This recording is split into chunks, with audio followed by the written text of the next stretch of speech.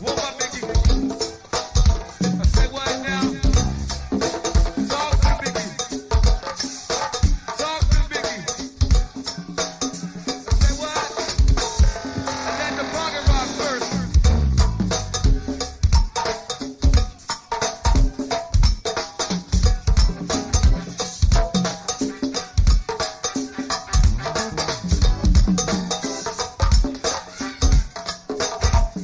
Oh, you feeling it, dog. Hey, Biggie, I got something for you, Biggie. Got something for you, Biggie.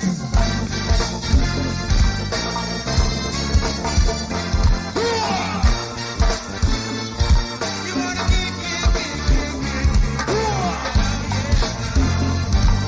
Got it.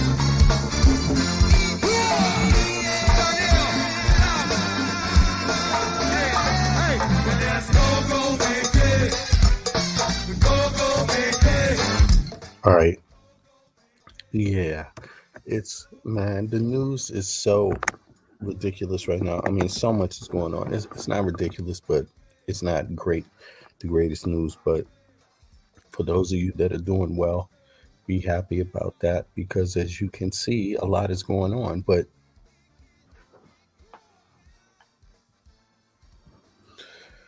I don't know if you noticed, it's numerous things that have kind of slipped by the conversation. Um, the Black MAGA sphere, right? And I don't know what it is. Maybe they don't do good reporting. Um, but I didn't notice. But this is a very big moment. Um, apparently, Trump has allowed more federal executions to move forward than any other president in the last 60 years. Um, death penalty, yes. That means you're executed federally, right?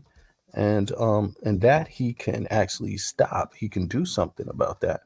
Um, it's not a state affair, so he can actually get in there and get busy. But let me see something here because that's what I want. That's one of the things I wanted to check in on. But also, they're apparently, they have counted the number of women that have claimed Trump has sexually assaulted them, uh, has sexually assaulted in the last, I don't know how many years. And apparently there's 26 in all. And these women are starting to talk more recently, obviously, because it's, do you want to be informed about the person you're voting for? Hell, I didn't even know there's 26 women. I mean, let me see here. Trump accusers. I mean, and this has been, oh my God, yeah, let alone Trump calling Kamala Harris mentally. I mean, you got to understand Trump is a bigot. He's a bigot. Um, he is going to say the bigoted things in order to make people feel helpless, make people feel like they don't deserve better. When in fact, everybody deserves better. You know, when you're a leader, you have a responsibility to lead and use your best judgment. And as you can see, this is Trump's best. This is what you get out of Trump. So, he will say that Kamala Harris you know, is mentally impaired. Um, he's still going for it. I mean, it doesn't look like Trump is running an election campaign. It looks like he's running something else. Try to, I don't know, get out of jail card or, but he's not running like a person that wants to win. Yeah. Let me see here. Yeah, you see here, Trump calls her mentally impaired. I mean, I don't know for people that don't, for people that maybe haven't thought about this much. Um, it doesn't make you look good to name call. It doesn't make you look good to point. point at things nobody can do something about, and no one can do something about. Let me give you an example. Trump's skin. Should I, on the podium, should I just call him white all day long? Is that what I should call him? I mean, he can't do anything about being white. He was born that way. It's not his fault that that's what he is or looks like, or should I call him that? I mean, or should I talk to him about it? Maybe I find out he doesn't identify as white if I talk to him about it. Maybe I find out it's just me. you know a leader thinks about things that way and says, you know what, let me give the person at least the benefit of the doubt and communicate, ask them to their face about these things, and just ask them fairly and see what their response is. If it's something you claiming to know, you should at least know it. But Trump, he just means it as an insult, and he means it to say that, in my view, he means it to say, I did not win the debate. She has harmed me, my ego, and therefore I'm going to lash back at her with insults. But she didn't mean to insult Donald Trump. She didn't mean to hurt his ego. She was just going after debating the facts, right? And the facts stand alone. They don't stand with your ego. They don't stand with your feelings. They stand alone. So it's not personal. But he took losing the debate, obviously, as a personal thing, a personal event. And you see his reaction, because he's lashing out personally. Even though the things aren't true, he's just lashing out personally. Everything he has to say about Kamala Harris is essentially personal. He wants to know who her great great great great ancestors are. Um, nobody in MAGA seems to want to know about Trump great great great great ancestors. Not really, not like that. Not They don't call him 5 times a week. The news media doesn't ask him, yeah, so what's up with your great great great great great great grandfather Trump and your grandmama? I mean, you know, they don't ask him about his personal family thing, although they're starting to finally, like, they are starting to ask Trump questions. Like, they talked about Trump's father treating, letting his mother basically die in bed, never being around when she was not his mother, Trump's mother. Trump's husband let Trump's mother essentially die in bed slowly, a slow death, after giving birth. And he didn't do anything to help her, really. I mean, avoided her essentially. They made it sound like that, like just no love. And I could believe that, like, because does Trump show love? How does he show love? What's Trump's love language? Not that I'm trying to go too far down that rabbit hole, but because I don't believe, everybody gets that cookie correct. But what is his love language? How does Trump show love? Is it with emotional intelligence? Can Trump does he love in the sense that he sees that you're hurt and therefore is concerned about your feelings and how you feel? Does he have that capacity? He hasn't shown it. Trump really, in my view, Trump really struggles with showing emotional intelligence, which leads to the fact that you would think he was a neglected kid, essentially, because that's the worst of it. When you're neglected, you lose your capacity to have emotional intelligence. That means things like say you're sorry, um, admit when you're wrong, know the value of that. Um, these kind of things. So there's a lot of people that have been neglected, and that's kind of like the things they put onto their kids without realizing it. And so Trump, obviously, he seems pretty much like that because he shows equally a lack of care of everything else, all people around him, anything. So it's just it's the worst of the worst type of personality clash in the presidency. But let me see here. Um, Sorry about this. It's 26 women. Where were these? This was terrible, man. I meant to check this out yesterday, but I had some things to do. Let me see here. Yeah. Oh, yeah. Also, Tisa tells. Yeah, there she goes. She got it correct. She got it. Chris Lighty now. Yeah, she made an error on his name lightly, calling him Chris Lightly. But but that's all good. But um, I had a thought on it. Like, you know, I want Tisa Tells to go down this rabbit hole, but the reality is that from what is reported, Chris Lighty is from the same projects as Africa Bambaataa. So did he know Bambaataa? Bambaataa has been reported to have or to had been in possession of two books, two huge books with hundreds of kids that he assaulted in it, minors.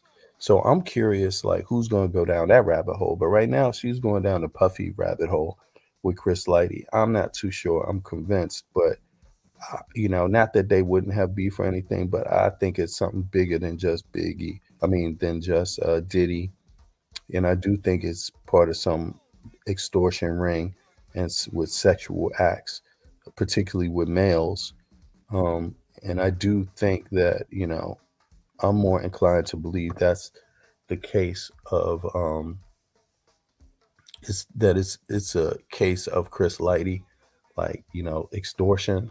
Well, I mean, I could be wrong though. I could admit if I'm wrong. Don't get me. I don't have to die on that cross, but I also think it's Shakir Stewart. I think there's more to this than just beefing over ladies. You see, I think there's extortion moves and other things. So but also maybe harassment. It could be from P Diddy too. So, but in any case, let me find this article. Where is it at? Women accusing Trump. It was like loads of them. Something like here. Here we go. Here we go. Here we go. We getting closer to it. Here we are. Look at this picture. Trying to kiss me, and I'm trying. Look at this. Look at this. He was basically overpowering me. 2 years later, at this fundraiser, up comes Trump and his wife, and he looked at me and he said, "I remember you. You're that from the airplane." This is how many women right here. This is how many women right here. 1, 2, 3, 4, 5, 6, 7, 8, 9, 10, 11, 12, 13, 14, 15, 16, 17, 18, 19, 20, 21, 22, 23, 24. So that's 24. Okay, so it's 24, not 26. Apparently. And these women, they have gone public. These women have gone public about this. And what's peculiar is that, I mean, I'm sorry.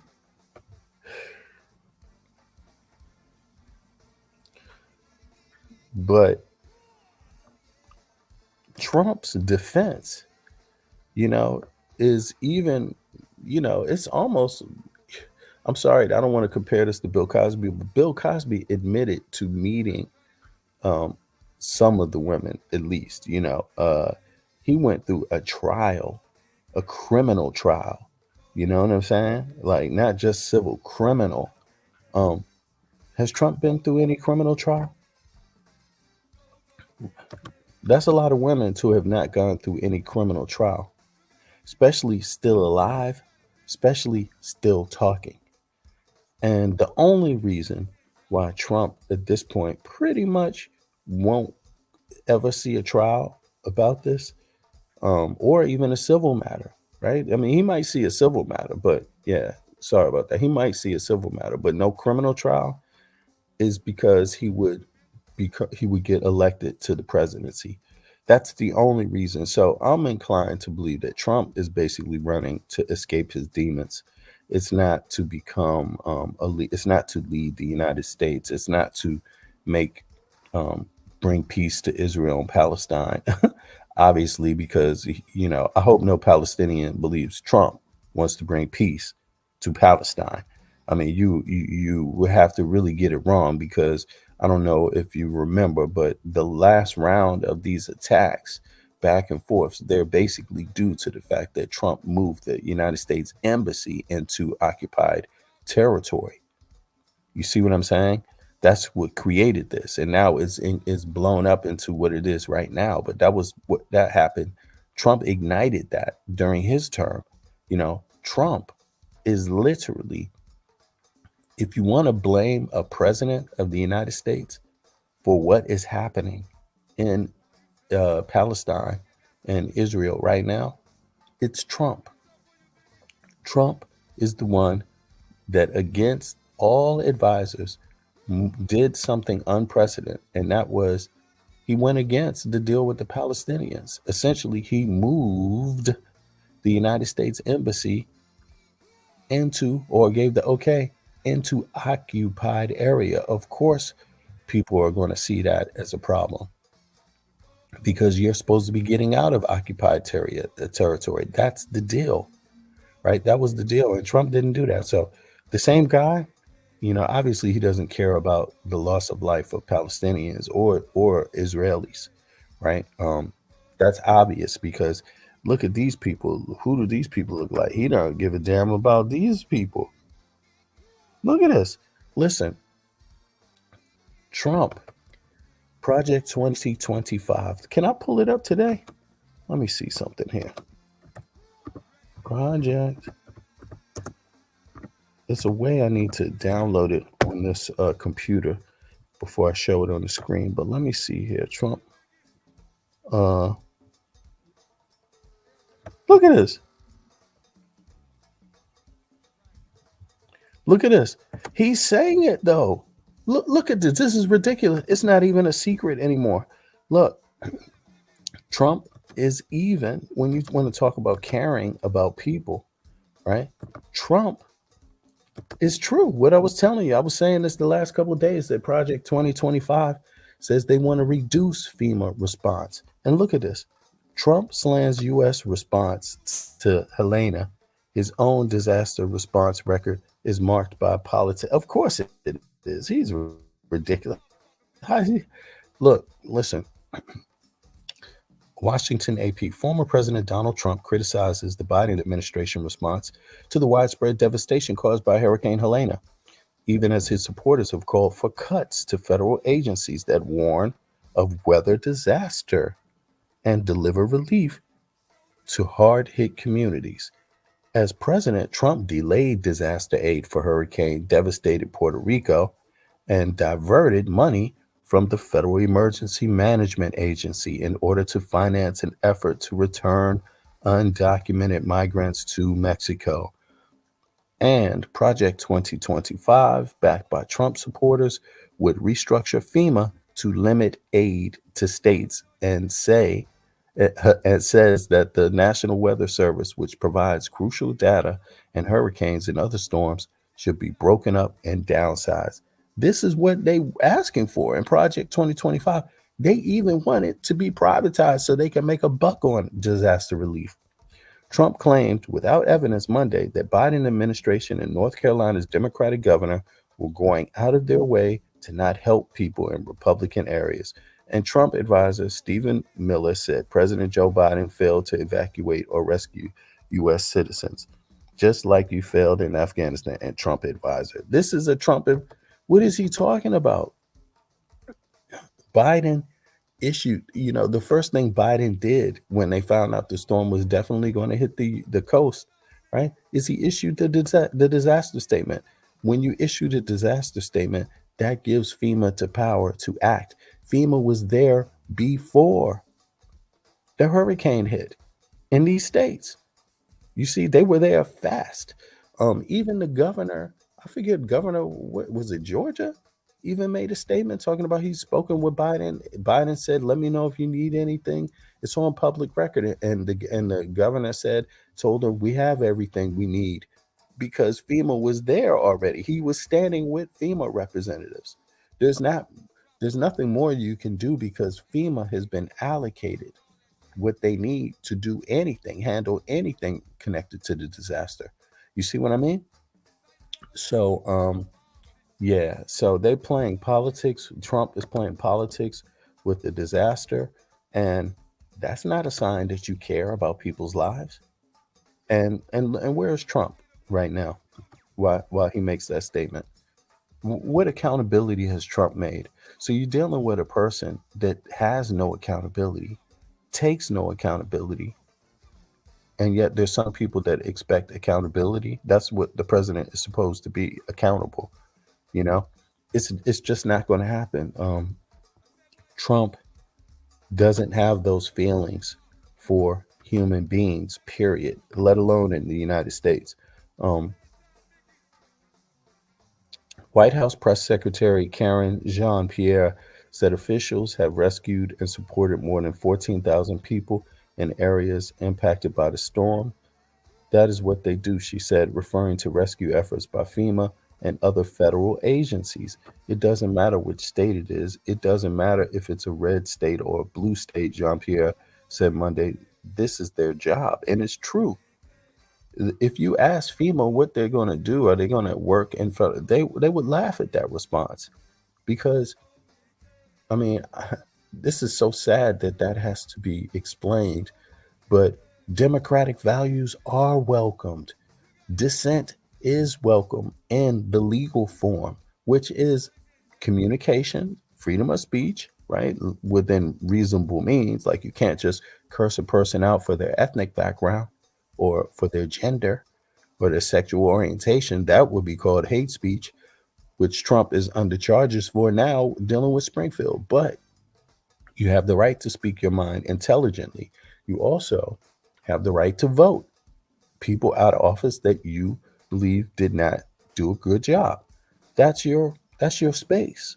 You see, and most people are fine with that. Well, enter Trump, and all of a sudden it's different. It has to be overthrow the government. It has to be January 6th. It has to be red versus blue every single time. Let me tell you something. Let me tell you something. It doesn't matter.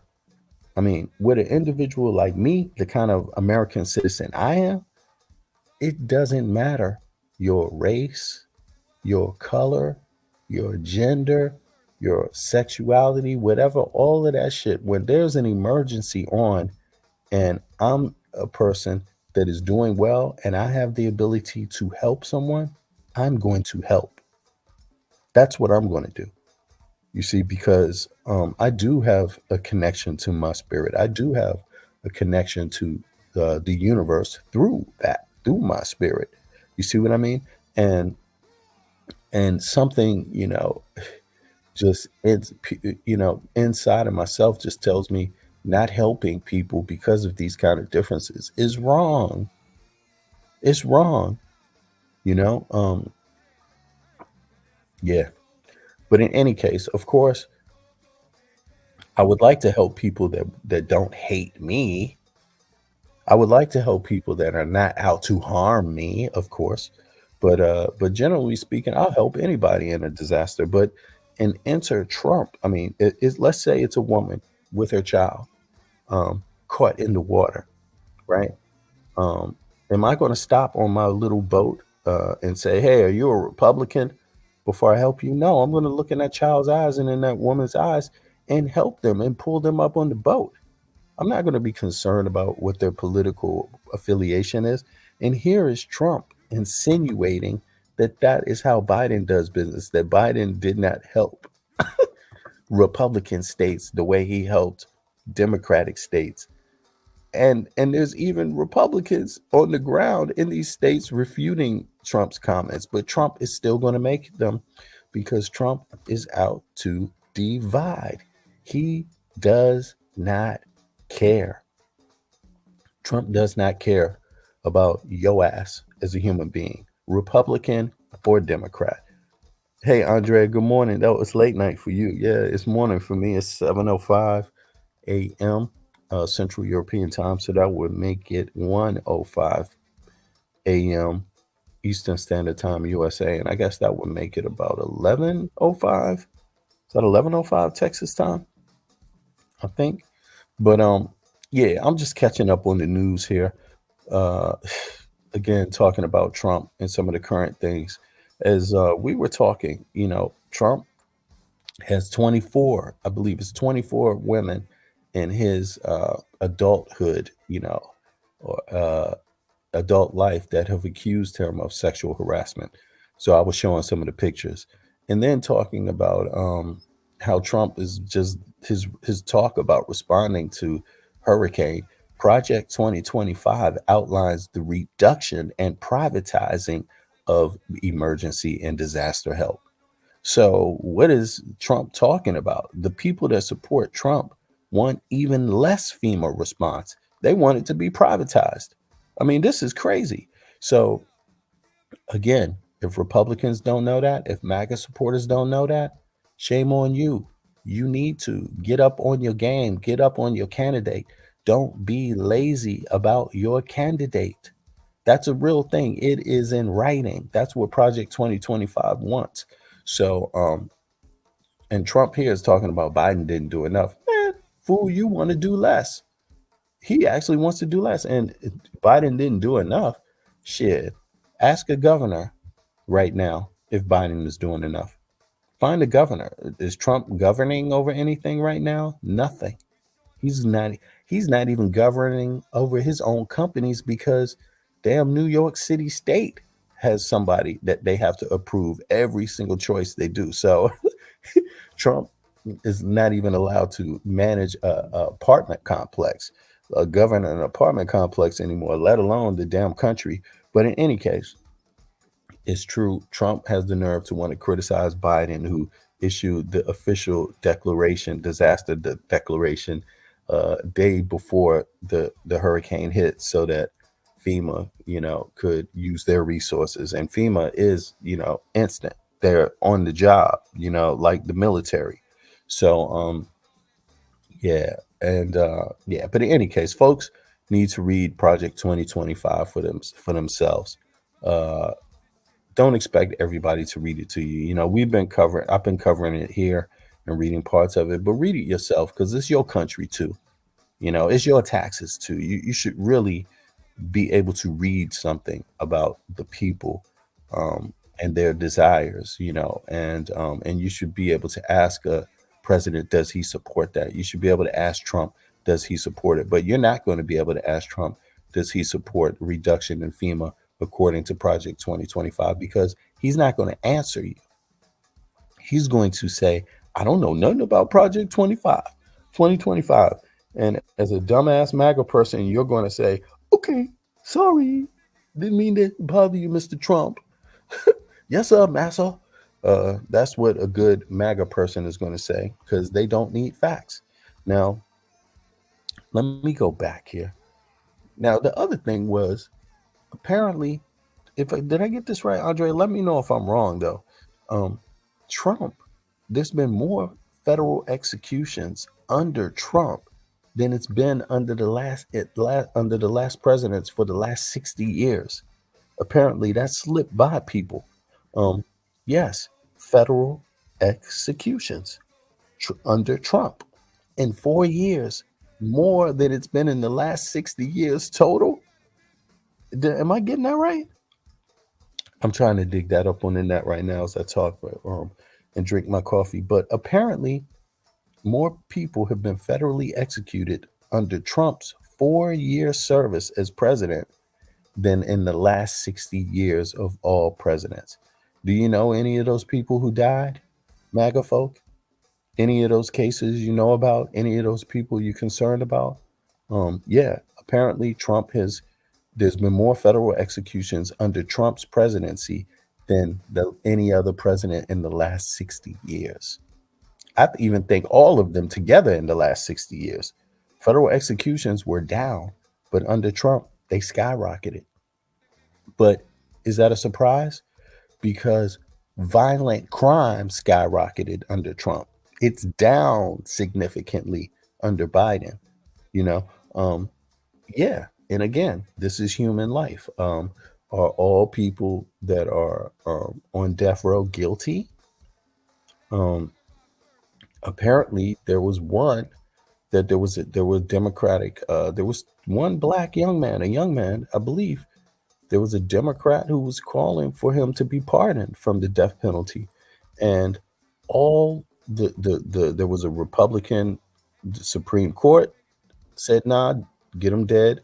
There was a court, what I believe a Republican judge said, nah, get him dead. Republican, something else, person in the state level governance said, no, let him go. And then when it came to Trump, he just did the same, apparently. So there's some black men in there They got killed under Trump. Am I getting this right? Let me know if I'm getting this wrong. Let me see something. I'm gonna try to look it up too. 2 seconds.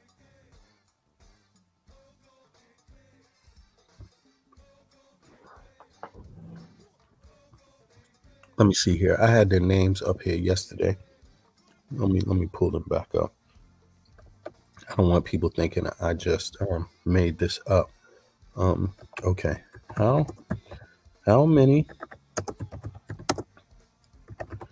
people were federally executed under Trump's?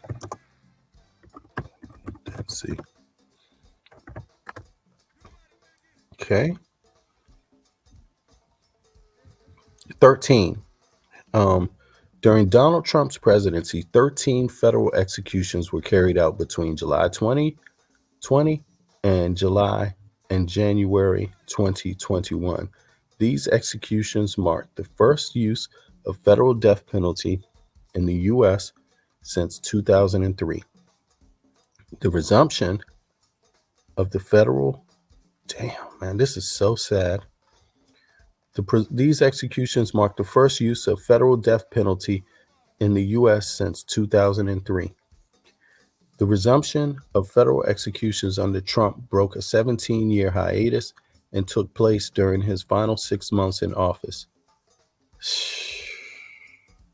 This is crazy. 6 months? With some being carried out during the transition period after 2020 presidential. Damn. These executions included individuals convicted of particularly heinous crimes, and the decision to resume them was met with controversy and legal challenges. Now, who were the black men? This matters to black men. I'm not only black men, but there's this thing that's going around where it's like there's some black men that make the argument that Trump is for black men, for black people. And others like myself have been trying to research some of those talking points and coming to the conclusion that they're ludicrous. And this is another example, but we have to examine it for the facts only. Who were the black men that were executed in Trump's last 6 months in office as the president? Let me see here. Okay, during the last months, can y'all hear me? Let me know if the audio is good too. Yeah, let me know if the audio is good. So let me read this to you all now. I just want to arrange something on the screen here. Okay, during the last 6 months of Donald Trump's presidency, 2 black men, okay, it's 2, were federally executed. I think one, obviously, maybe it was in the transition period or before. But in any case, I shouldn't have said 6 months, but I will read this as it stands. During the last 6 months of Donald Trump's presidency, 2 black men were federally executed. Brandon Bernard, executed on December 10th, 2020, for his role in a 1999 murder of 2 young ministers in Texas. His execution drew widespread attention and calls for clemency, including from celebrities and activists. Wasn't good enough for Trump.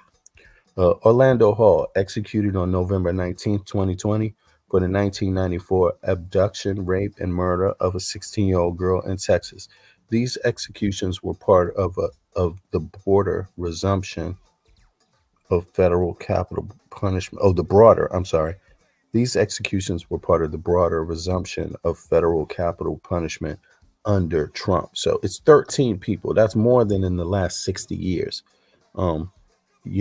In total under Trump. And in the last 6 months, 2 of them were black men. But there were 3 in all. But let me see. Okay. Why did people ask for clemency for Brandon Bernard's execution? And who in the state and federal level or court system argued or ruled against it. Argued or ruled against clemency. Clemency. Okay, so let me see here if they have any additional information.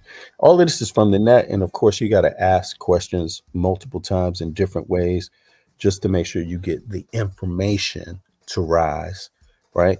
We don't want just, to be repeating things. Now here, on a deeper search, it says people sought clemency for Brandon Bernard because of several factors, including his young age, 18 at the time of the crime, claims that he played a lesser role in the murders, and the argument that he had reformed during his years in prison. 5 of the original jurors and former prosecutors who worked on the case later supported calls for clemency. 5 of the original jurors and a former prosecutor who worked on the case later supported calls for clemency, stating that Bernard did not deserve the death penalty. You hear that, y'all? At the federal level, both the Department of Justice and Supreme Court declined. That's under Trump. How many in the Supreme Court Republican judges? They're a majority. They side with Trump often. As we know, that's how Trump got immunity to crimes, right?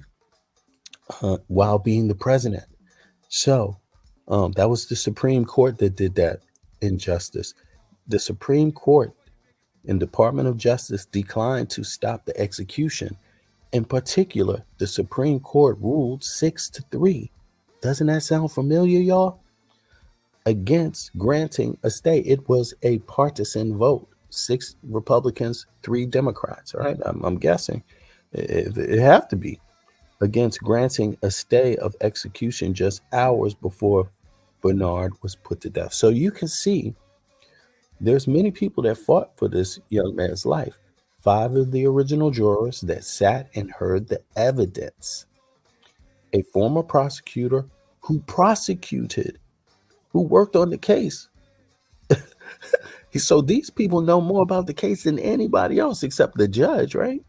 Stating that Bernard, or the defense attorney, stating that Bernard did not deserve the death penalty. That's what these people said, the prosecutor himself. And what did Trump do? Bring down the axe. So we know for a fact, according to what we just saw here, basically it was an extreme move to execute this man. But Trump thought it was okay. Yeah, he thought it was okay. Oh, thanks, Andrea. You can hear me? Okay, great. Yeah. So there you have it. Andrea. I mean, it's been 18. There's 18 people federally executed. I mean, that to me, that's the oddest thing. That's the law of the land. The land said, the nation said these people have to be executed, not just the state. It's not the state who said that. I mean, it's like, but yet, I mean, can you even get a person that committed espionage the death penalty? Would that work today in the United States? When was the last time a person who committed treason or espionage has been given the death penalty in the United States? I mean, what do you think is more worse? What do you think is more worse? What do you think deserves the death penalty? Or do you think the death penalty is for 18-year-old men who killed 2 people, who the judge said, hey, you know what? They deserve clemency. I mean, not the judge, the prosecutor said, but he deserves clemency. The 5 of the original jurors say, hey, he deserves clemency. Others say he deserves clemency. Do you think that person deserves clemency, or do you think the person that commits espionage and treason against everybody deserves clemency? I mean, to me, there's definitely does not seem to be fairness going on there. Doesn't seem to be fairness. No, I don't see the fairness in that. In fact, what I see is proof of unfairness and proof of hypocrisy. Not saying nothing can't be done about it. Something can be done about it. adults that pay taxes can demand fairness, can demand more transparent and clear initiatives, agendas. You know what I'm saying? Like, what the heck? I mean, and it's always the case because that's the job of the citizen, to always, look out for problematic things in society and call for justice. But yeah. In any case, I guess that was, dare I ask, were the ministers Christian? I mean, dare I ask what would happen to him if they were Muslim, if they weren't Christians, if they were just happened to be, imams in a Muslim church? Would the same man get the death penalty in the United States by the court? I mean, I don't know. We're gonna find out. Let me see. Let me ask one more question before I go. Did Brandon Bernard practice any form of religion? I just want to make sure find out. Or maybe I'll find out he's a Muslim. So let me just check that out. He's a Christian. Yeah, he's a Christian. A Christian on Christian crime here. Yes, Brandon Bernard practiced Christianity during his time in prison. He became deeply involved in faith-based activities and reportedly expressed genuine remorse for his actions. So this is a man that admitted his actions, and he got the death penalty.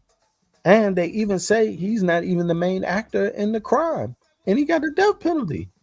His spiritual journey and commitment to religion were highlighted by supporters who sought clemency, as they believed his transformation and reform in prison were reasons to spare him from execution. His involvement in religious practices was cited as part of the argument that he had changed and no longer posed a threat. Let me just see who Brandon Bernard is real quick.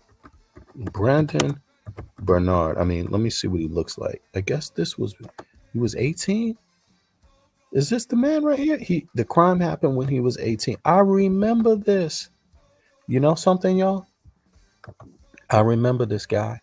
I remember the story years ago. Now that I see his face, I remember this story. And as a matter of fact, let's go over to review that real quick since we talked. This is one of the men that was executed by the federal government. I would first want to tell the baggage that I was under the Trump administration. Trump had more federal executions under his presidency than in the last 60 years put together of all presidents. Apparently, it's something like that. It's an extreme number. And this is one of the men that Trump executed. And I want all black men and all men, you don't have to be black, but I really want black MAGA people, men and women, to look at this and remember this guy's face and ask yourself, do someone in your community, anybody you know in your family that wasn't the main actor in a crime, do you think they deserve the death penalty by the government? I mean, but let's hear it. I mean, I'm not saying the guy didn't make a terrible mistake, but apparently he was 18, and I'm not saying that he didn't deserve to go to jail for the crime. But obviously, murdering him, you haven't seen the people that died come back to life. What have you seen? What do you get from murdering him? You probably get more out of him in jail, to be honest with you. I don't know. Is there something? Doesn't he have to work and pay back a certain amount of money, to the families and things like that? Or is it just, I don't know. But to me, it seems like there's something not matching up. Let's hear it. Bernard was just 18 years old in 1999 when he and 4 other teens kidnapped and murdered youth ministers Todd and Stacey Bagley before dumping the couple in a remote area of Fort Hood, Texas. In a video made by his legal defense team, Bernard apologized to the Bagley family. I would like to tell them that I have tried to be a better person. since that day. In September, one of Bernard's co-defendants, 19-year-old Christopher Villalba, was executed by lethal injection as well. Villalba was convicted of firing the shot that killed Todd Bagley and shooting Stacey Bagley in the face. According to the defense, it was Villalba who was the mastermind and ordered Bernard to set the Bagley's car on fire with the couple still inside. The 3 other teens involved were spared the death penalty, instead receiving long prison sentences. Brandon was a follower. He wasn't the initiator of this crime. He wasn't even present when the crime took place. He was playing video games in a store. So he's not present for the carjacking. He's not present for the robbery. And the government knew that Brandon had no standing in this youth gang. And instead, they continued to push that theory forward. In the days leading up to the scheduled execution, Bernard's legal team sought a pardon from President Trump. And today, the Seventh Circuit Court of Appeals denied the latest of several appeals, arguing, among other things, that prosecutors withheld important evidence and that racial bias played a key role in his receiving the death penalty. The crime involved 5 Black teenagers, and the victims were a male and female white couple. Statistics show that when the victims are white and the defendants are Black, that there is more of a push for harsher sentences. Bernard's case drew a groundswell of support. Now, I'm going to stop right there. If you are a Black person and you know anything about discrimination, anti-Black discrimination, anything about it, it doesn't even have to be a lot. Maybe you just only heard about it, never experienced it at all. But if you know anything about it, right? How could it know about how it works? How could this sit well with you? Just those facts right there that they mentioned. The facts were what?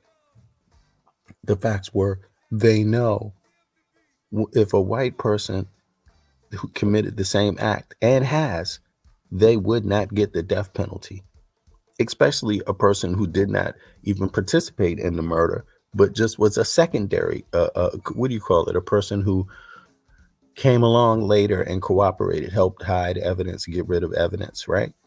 But in this case, the person who wasn't even involved in the actual murder itself gets the death penalty, and they're Black. And they're saying flat out that the data suggests that, no, if you're Black and you commit this crime against a white person, you are likely to get harsher penalties than if you were a white person and you committed this crime. What good is that to white folk? You see how insidious that is? What good is that to white folk? What good is that to a dead white person who gets killed by another white person? Let it be, man. Don't let it be so harsh, the penalty, y'all. It's only when it's a Black man does it need to be harsh. But I'm dead now, and give this white man who murdered me a good time. Leave him alone. I mean, that's what's going on. Essentially, that's what's going on. They're telling you flat out that they already know if a white man or a white person committed this crime, they would get less of a penalty than this man in the same exact circumstance. Same exact circumstance. That's what they're telling you. Do you feel good about that? Why didn't Trump? Apparently Trump doesn't know nothing about discrimination. He didn't even know anything about it, even hearing about it. I mean, Trump would probably tell you, I never heard about that. What's anti-Black racism? I never heard about that. What's data? I never heard about no data on racialized convictions. I never heard about that. That's all Trump has to say. I never heard about it. I never heard about Project 2025 wanting to reduce FEMA rescue response time, response and aid. I never heard about that. What's FEMA? What's Project 2025? That's all Trump has to say. But this one is for MAGA folk. Now, see, I'm not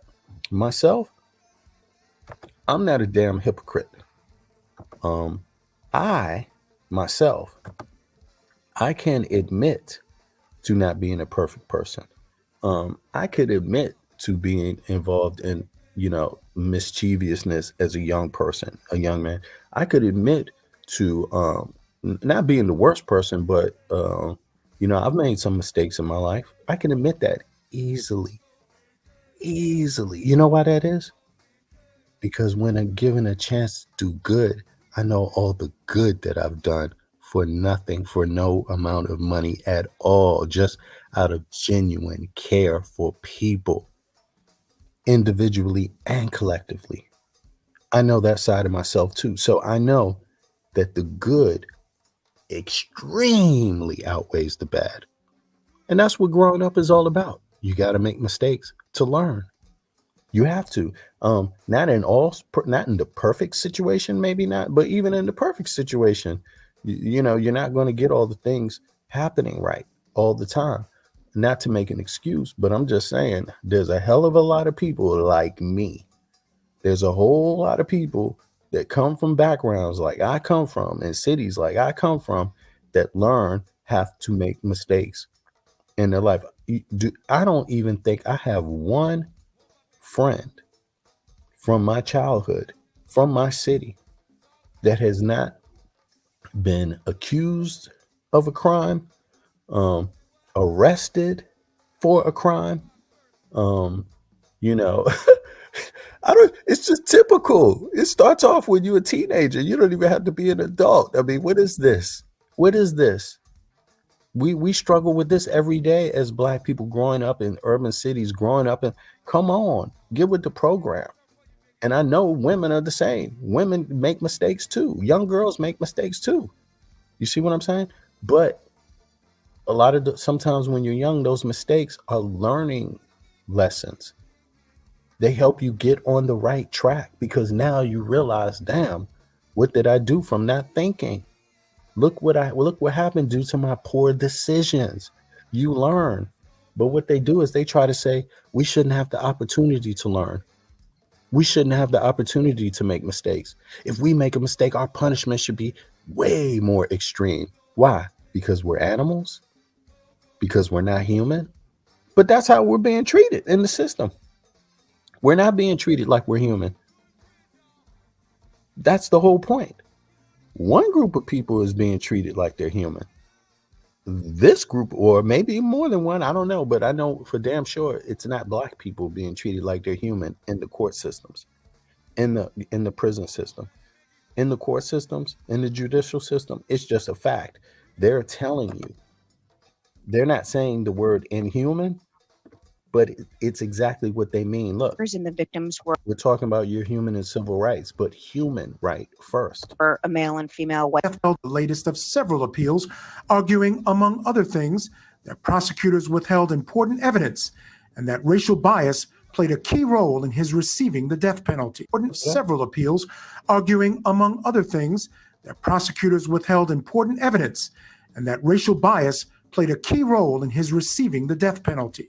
The crime involved 5 Black teenagers, and the victims were a male and female white couple. Statistics show that when the victims are white and the defendants are Black, that there is more of a push for harsher sentences.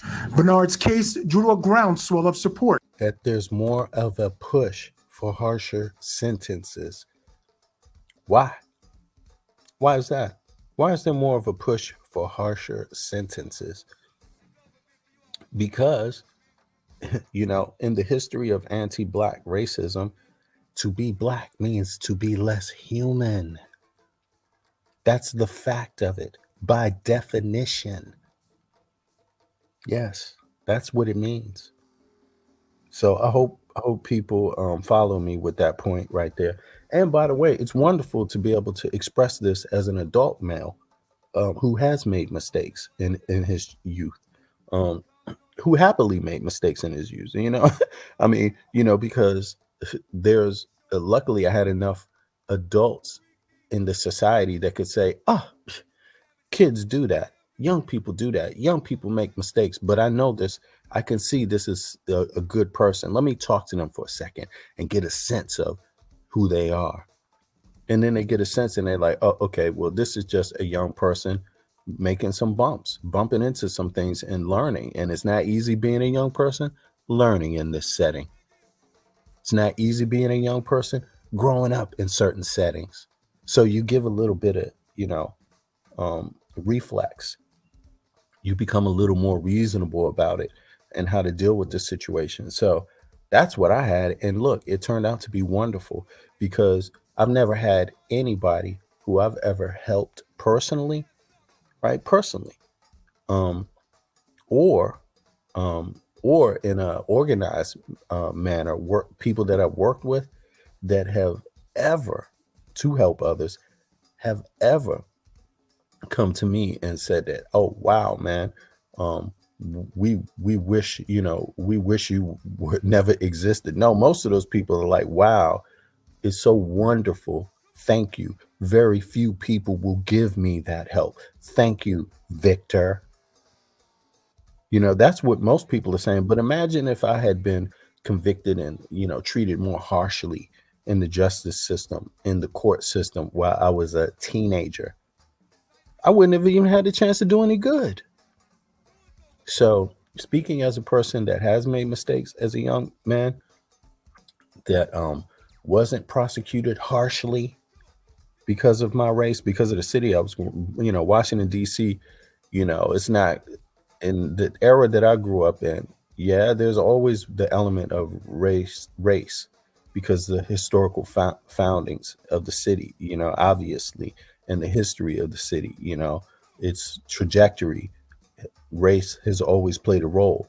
But in terms of the, before you get in the court, you got to deal with a cop. You got to deal with a lawyer. You got to deal with a judge before you even make it into a court, before you even make it into a trial. You have to face all these other things. And luckily, I've never had to face trial. You see what I mean? Because people say, okay, well, this doesn't make sense. Drop that. Or, you know what? Are we really going to get something out of this? Is this worth our time? No, people, shit just goes away, right? Disappears. And, luckily that was my case. Have I been caught for things? Yeah. I mean, I think I got caught stealing an airplane out of the Air and Space Museum at like 7 years old with my best friend. You know what I mean? We used to just go down to the museums, not to steal shit. We loved the museums. We used to play in the museums, but sometimes you don't always have money. And every once in a while you see an airplane or something, or you see something that you can buy in the gift shop that you want. And as a kid, you don't know. You're told stealing is bad, but you don't always know. And because my friend had a, tendency to, maybe take some things if he didn't have the money, I would go right along with him. Well, boom, get caught. Should I have gotten a harsher penalty then? We got a slap on the wrist and embarrassed and let go. But be aware, there's some towns where they will prosecute you for that. In America, in the United States of America, there's places where they will prosecute a 7-year-old child. Yo, straight up. And that's what we're talking about, the difference. So the least I could do as a black man who has had a break in life, appreciate some breaks in life, who has risen to the occasion, who has overcome the odds, the least I could do is give some love back. So this is how I'm doing it. I'm spreading some love right here and there, and some understanding, and hoping that it spreads to more people. Including celebrities like Kim Kardashian, who lobbied the president to commute his sentence. The former prosecutor. This was good because some of these black MAGA people were like, Kanye, man, Kanye. Yeah, man, Kanye went up there. He went up there and talked to Bush, or talked to Trump. Yeah, Kanye, Kim Kardashian, Kanye. Don't y'all look like some damn fools right now? I mean, Kim Kardashian, do we even need to get on that? But at least she had the nerve to ask for a pardon. She was correct. Even in her wild, crazy, I don't even want to get involved in her personal life. I don't know it all. But she had the good sense to try to get a young man pardoned. That makes sense. The man should not have been murdered. He was not the main actor in the crime. He was not a main actor in the murder, and he got the death penalty. Kim Kardashian and others asked for clemency, and what Trump do? He used it to try to give votes and pretend like he would do something. And then what did he do? He fucked you black people over. That's what Trump did. He used you. He smiled in your faces, had y'all out there. See Trump, man. Trump doing more. Look at that. Yeah. And what did he do? He did the opposite. And that's what Trump does. And that's what black people let Trump do. They let him off the hook time and time and time again. They judge Kamala Harris because she was a prosecutor who doesn't write the laws and prosecuted some people according to what the law dictates. Years before, decades before, sometime before. You know what I'm saying? That one thing, right? Okay. But because of that, and because of who her great-great-great-grandparents are, or is, or thought to have been, or alleged, or made up, lied about to have been, because of that, you have to give Trump the okay to do all the foul shit he does. Because a lot of these black MAGA people, they always say, but what about this? Every time Trump does something, that's what they say. But what about that? What about Kamala's great-grandparents? What about Kamala locked up some black men in California one time? Did you read have you even read one case yourself? Or are you just repeating what's been said? I don't know. Did she do any good for any black folk? Did she only lock up black men? Where are these black men at? Where they at? How many were there? Where are the details? Or is it just fabricated out of thin air? Is it something Trump made up? Sounds like it. Well, here's Kim Kardashian pleading to Trump to have this 18-year-old boy who was not an actor in the murder itself.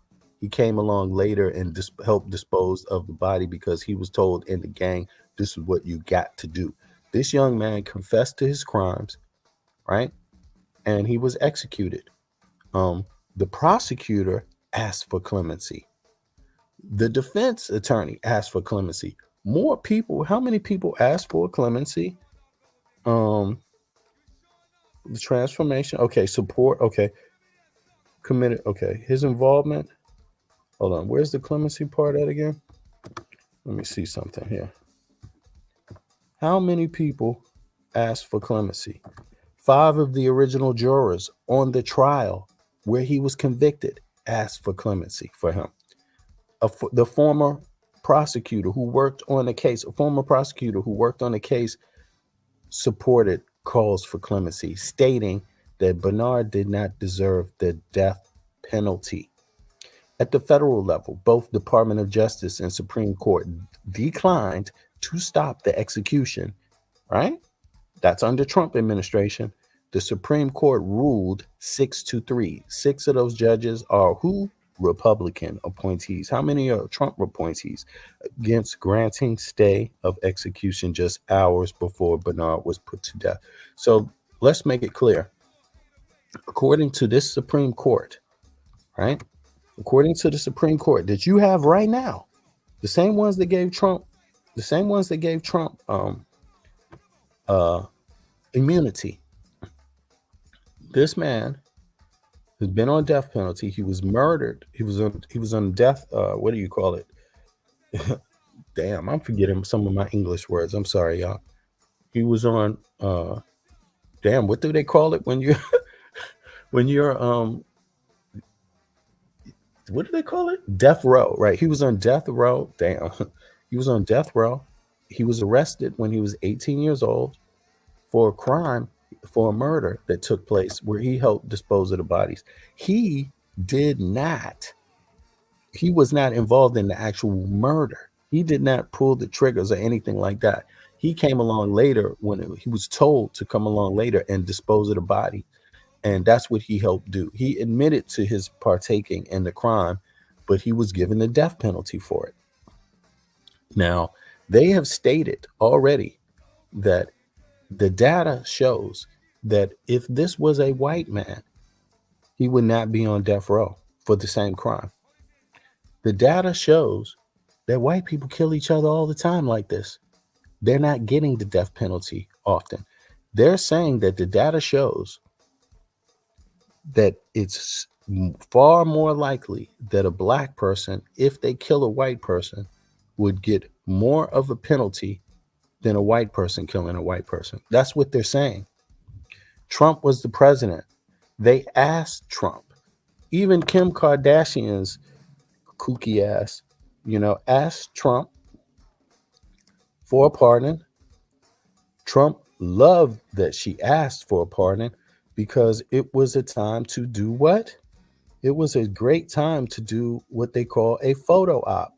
Sit in front of the camera with Kim Kardashian, try to get some votes. But you know what he did in the end? He was like, fuck you, Kim Kardashian. I don't need your ass. I don't need you. I just needed the photo op with you and Yeezy, y'all, so I can get me some black folk, the black population, not even black people, black population, the black population to vote for me. I mean, that's what happened. And Trump had no problem with getting that photo op. He got it. Kim Kardashian gave it to him. That was part of some kind of thing. Well, it's 13 people that were killed got the federal death penalty under the Trump administration. That was more than has ever happened in the last 60 years of presidents. 3 of them were black men. This was one black man. Where are you black MAGA folk at? I actually remember this, but my ass was, I was sitting up there pondering, like, what the hell is Kim Kardashian doing up there? Like, she trying to fight against criminal injustice? Like, I was like, this is kind of weird. But I know, don't get me wrong, that was a great thing to do. But, when you are thinking about business and you're thinking about politics, always keep in mind the person you're going to ask for something can always lie to you, can always take advantage of that opportunity. And that's what happened with Kim Kardashian and Trump. Trump sat his ass down at the desk with a big old smile with Kim Kardashian next to him and took a picture. And he didn't do a damn thing. So where's your criminal justice reform, Kim Kardashian? Where's your ass at now? Where's Kanye at? Where's he at? Kanye, this man was killed under your watch. Did you ask Trump a damn thing while you were in his office? What happened to the photo op? What happened? Trump fucked you. That's what Trump did. And he did it because you were black. Okay, because as a black man, you don't mean shit to him. I mean, let's just make it very clear. Okay, he don't even acknowledge you as a people. When was the last time? He don't acknowledge you as a people, not on the human sense, not on the human rights level. So, because if he did, he would be out talking about reparations, championing that, since the UN has actually said the United States must pay reparations to African Americans for slavery and Jim Crow. The UN has stated that, but you don't hear these people talking about it. You don't hear Kanye talking about HR 40 or any reparations. What you see is like these ploys where I just think it's big money, rich folk get in bed with each other sometimes. Kanye rich. For him to be a part of that circle, he got to do some favors, political favors. And you see it happen all the time. It's not all the rich that do that are unethical, but there's some that are. There's some that's straight up racist, y'all. Just straight up. Some of these billionaires are racist, and some of them ain't. And you got to dip and dive through that and figure that out yourself. But that's what the facts are. What's up, break room? Yeah. Yo, tell me this. Did you? I'm just finding out that Trump has been accused by 26 women of sexual assault. I'm just finding that out. I mean, no, 24.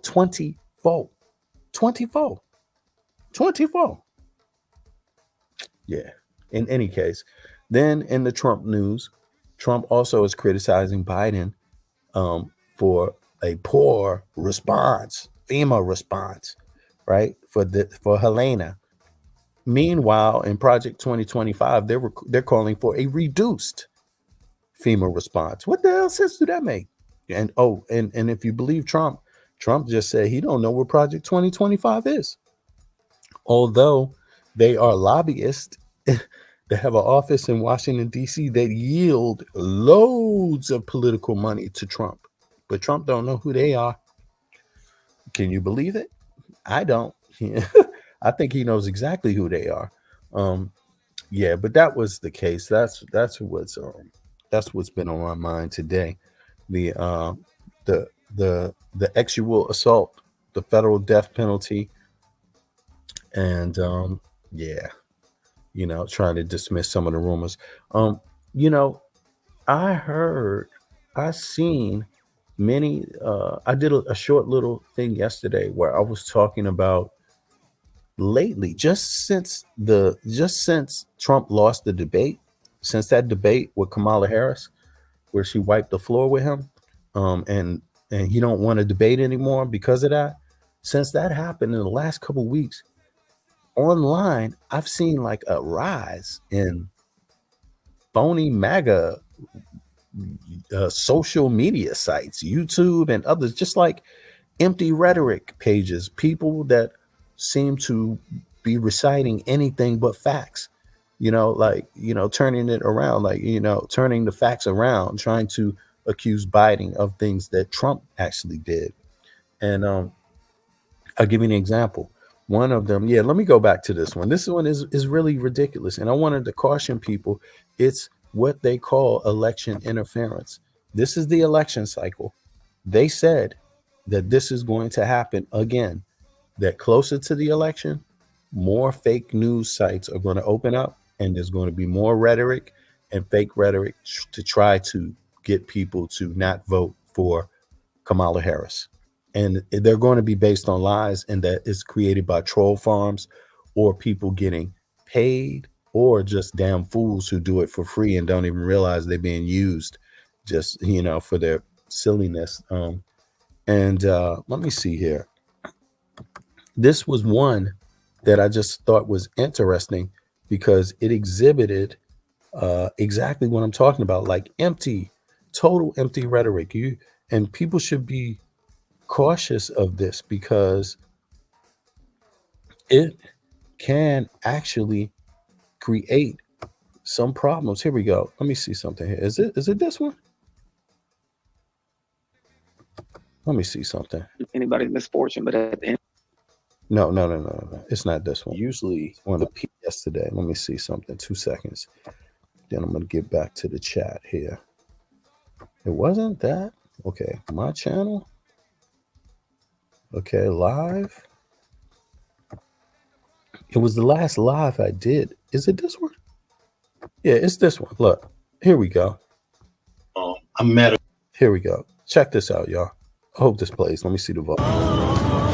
They're called disinformation, troll farms, interfering in elections, and things like that. And so if you've been following that news, and you've been following the news in general, maybe you noticed in the last week or two, there's been a lot of places promoting straight up empty information, like completely empty.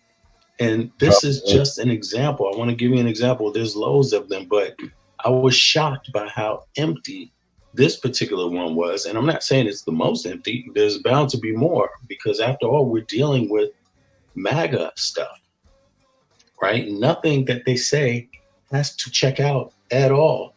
But I just thought this one was so extreme. It's so interesting. So I just want to review it a little bit. Here it is right here. Let me know what you think of it.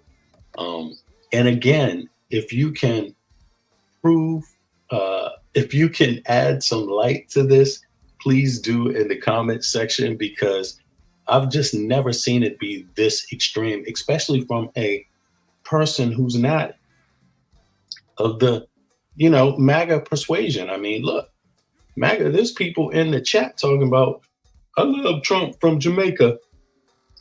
Yeah. Do Trump want Jamaicans? Do MAGA, do they want Jamaicans? They don't want Haitians. I don't get it. But in any case, look, we know it's not immigrants in general. It's just a certain color, a certain heritage, a certain ethnic background that is bothering the issue, But here, let's check this out. held as a hostage in Russia, who would you want doing your negotiation deal? Donald Trump or Kamala Harris? Question of the day. If you were being held as a hostage in Russia, who would you want doing your negotiation deal? Donald Trump or Kamala Harris? I would want Kamala Harris and not Donald Trump. You know what I'm saying? And here's the reason why. I mean, listen to this question again. The question is, question of the day. If you were being held as a hostage in Russia, who would you want doing your negotiation deal?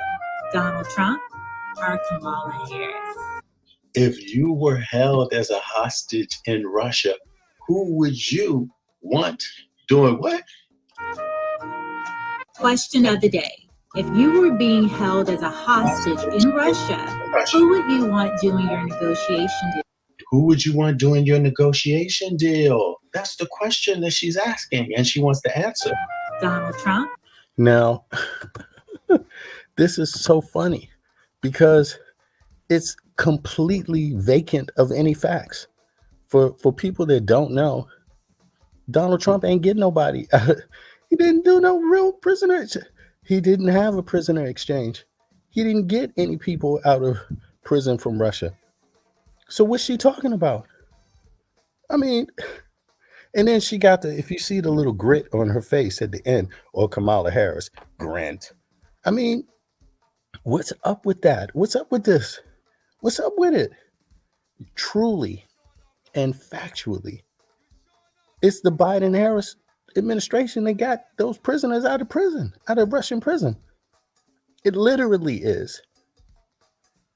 So why would you want someone who didn't get them out handling your negotiations? Who would want that but a dumb person?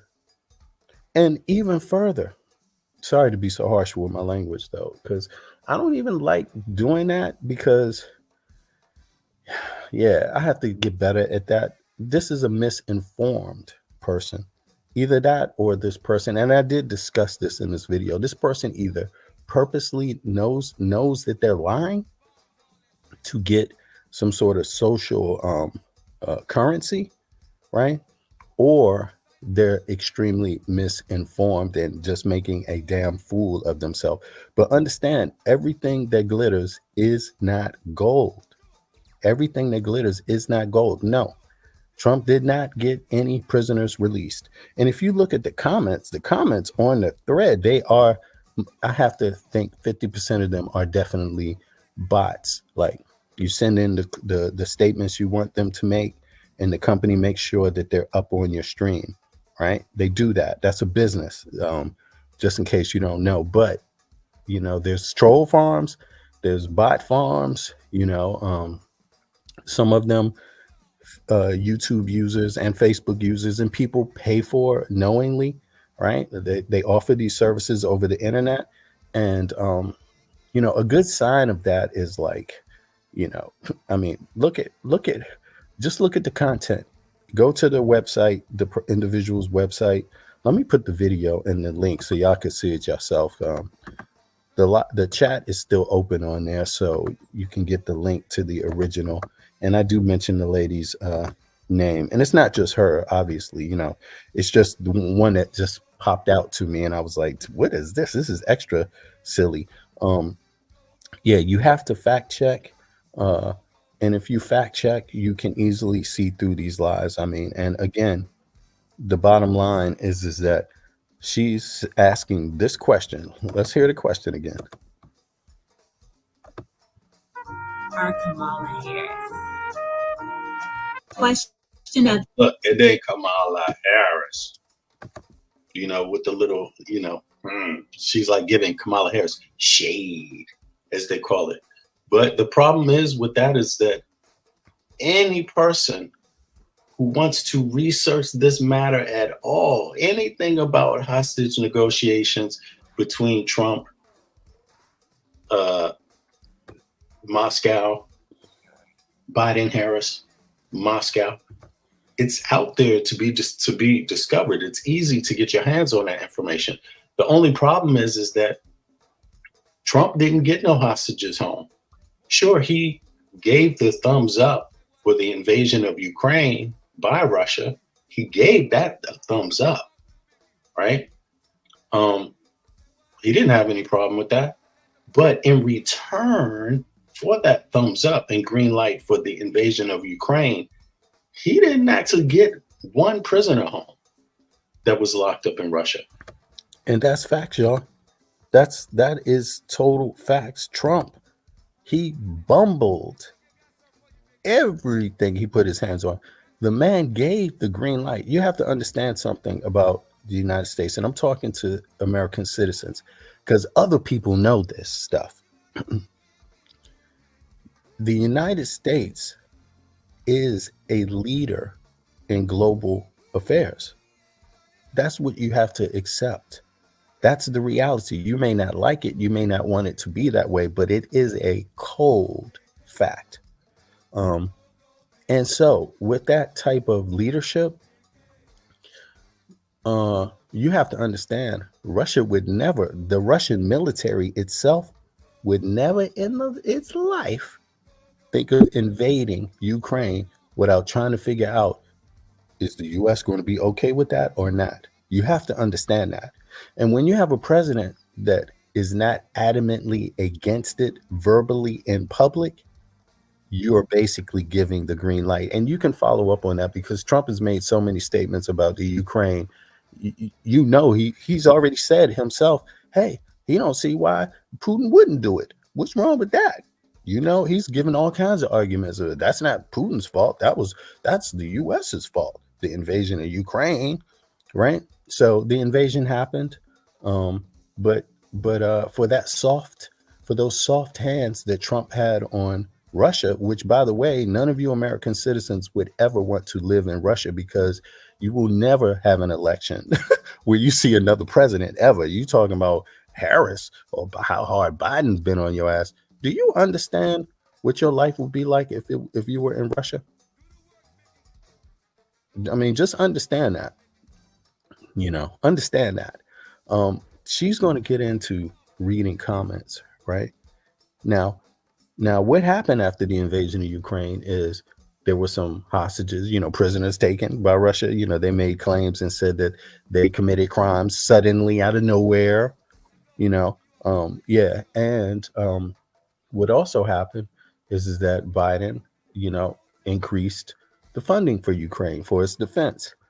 But the other thing that happened is that even though Biden put the foot down on Putin in a way that no one's ever put their foot down on Putin in the history of the world. By the way, you got to understand this man is under pressure. Looks can be deceiving. Don't think because Putin is out there in the world visiting world leaders, India and all of this about BRICS. Do you really think that's about BRICS? Do you think any of those people just simply trust your word on anything?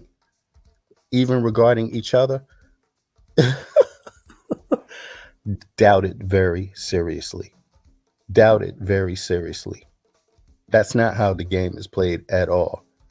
They do this game to figure out who's going to do what, when, and how.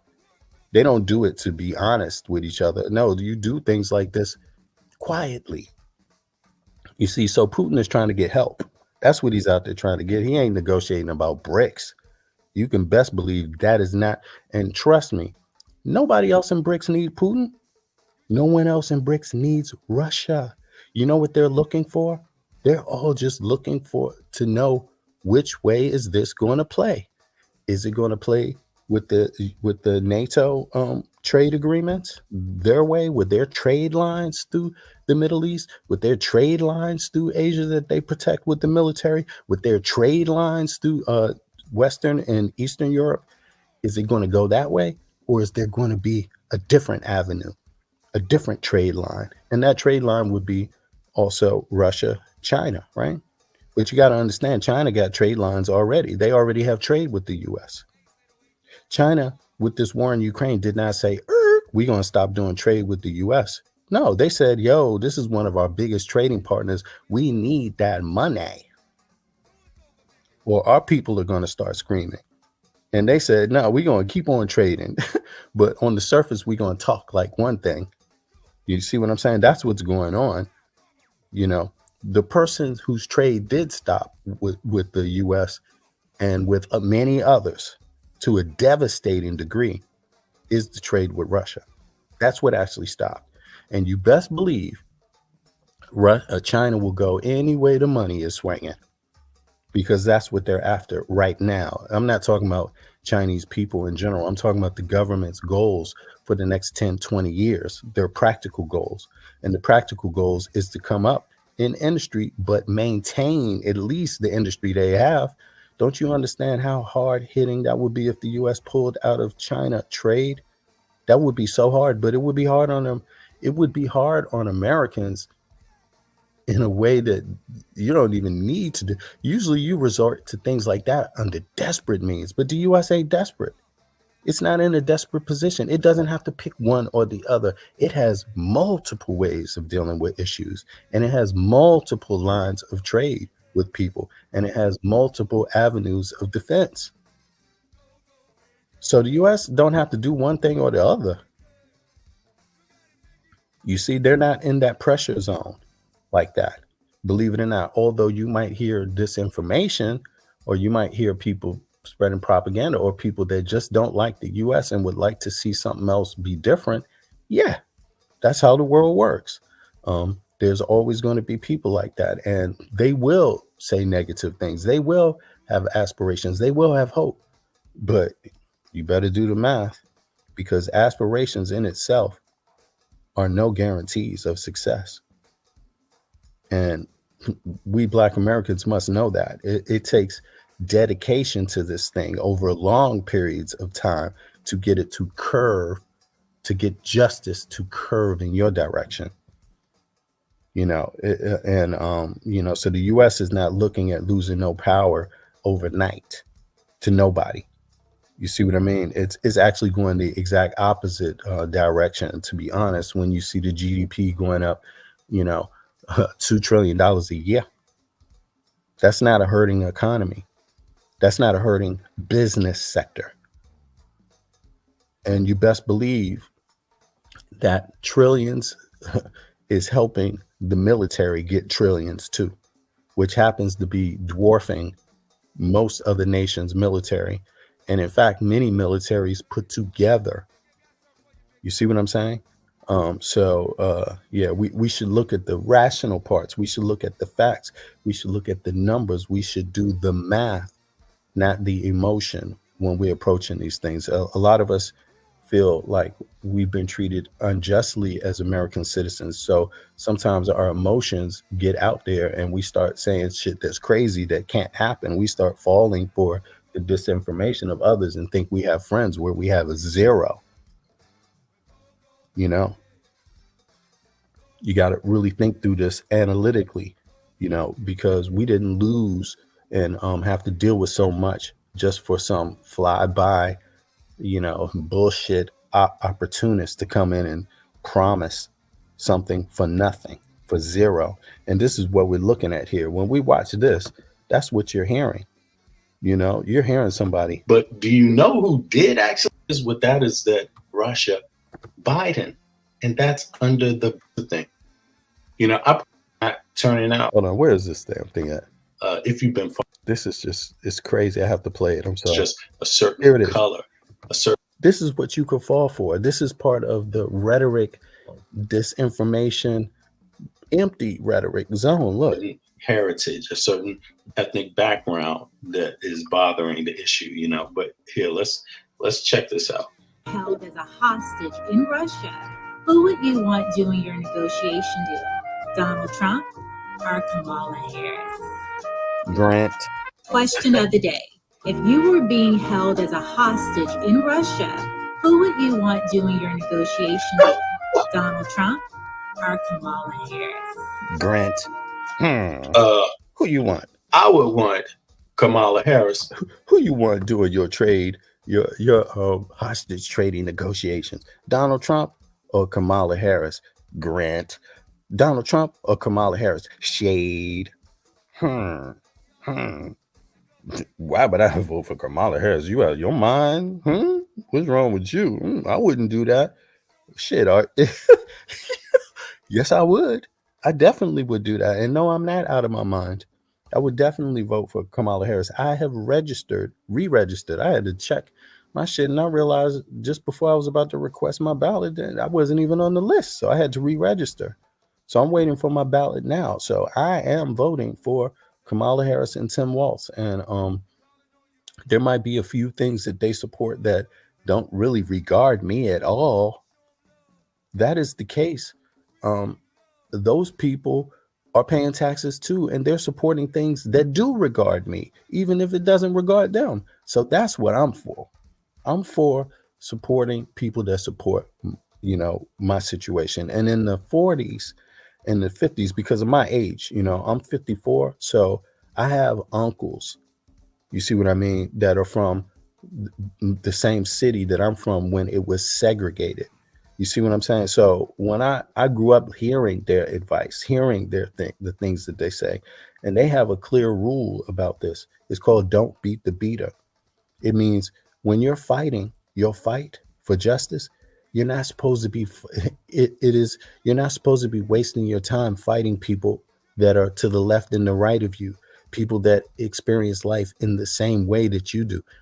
You're supposed to fight upward. The ones that have way more than you, have no problems like the rest of y'all have. Those are the ones you're supposed to be directing your attention towards and your frustrations towards.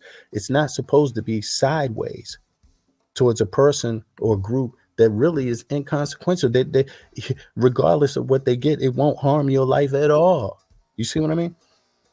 So these are the things we have to recognize right now in the election time. We're going to hear more of this empty rhetoric like she's talking about, and it may as well be a he too, because it often more likely would be Clarence Thomas and people like that, and Mark Robinson out there in the forefront doing this MAGA shit, right? But there are some black women, a few, if you want to call this woman black, because they opened the door for that conversation. Me, I would call her black, but is she even American? I mean, I start thinking she got an American flag. Do Americans really roll like that with the American flag? Do all Americans really roll like that? Do all the Americans that are happy to be Americans, that recognize that there are some good, unique things about the United States that make us special, do all those people like just rock the American flag everywhere? In my opinion, no.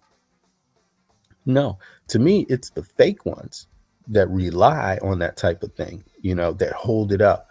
And they use it at any time they want to get some political point across, but in reality won't really lift a finger for the country, so.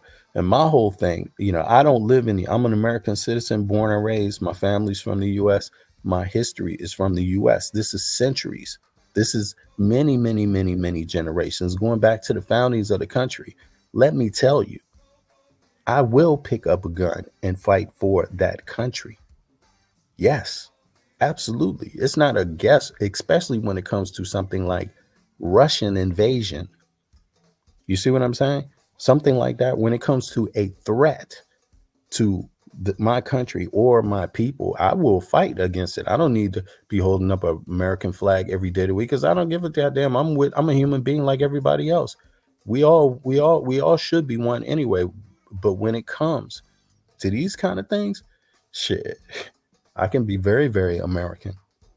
And I suggest other people to be very, very what they are too, but be reasonable, be factual, be real. Don't be a fake dictator selling promises of fighting the empire when your ass has been in power for 20 years and won't even allow a new election. That's Putin. Putin is not fighting imperialism. He is an imperialist. He's a damn dictator. Anybody that thinks the United States is bad because somehow, and Putin is good. Anybody that thinks the United States is bad and thinks the president of China is good, it's nothing personal. You should get the fuck out of the US and move there and become a citizen and find out how you won't really be voting for nobody the rest of your life. You will find out quick how you wish Kamala Harris was your president. You wish Joe Biden was your president, because at least they're willing to say, hey, good luck, y'all. Vote for the next person who vote whoever that is. Just make sure you vote. These aren't people that's going to be in power as long, Putin got more time as a president than any American president. So does the president of China. You see what I'm saying? So if that's what you're for, if that's what you think brings freedom, if that's what you think brings happiness, by all means, go try it. But try it for real. Don't try it for fake. When you get over there, stay for more than 3 months. Stay for more than a year. Invest your money. Invest your money in life and see how it turns out. Don't just talk about it. Be about it. You see what I mean? So as an American that does not live in the United States, that lives in Western Europe, I know what's going on over here. People have elections every 4 years. It ain't perfect, but they have elections. You're going to be running for office every 4 years or less. And anytime, your card can get pulled as soon as the people are not getting paid education, universal healthcare, and things like this. It's going to be a ruckus. It's going to be an election massacre. You see, but in the United States, people are still trying to figure that out. So they don't quite see it all the time, like what they're up against, what this time is about in history. But there is a sign, because the sign is this. For the first time in the history of the United States, it's more possible than ever that the U.S. might have the first female president. And that's historical in terms of human rights, in terms of civil rights.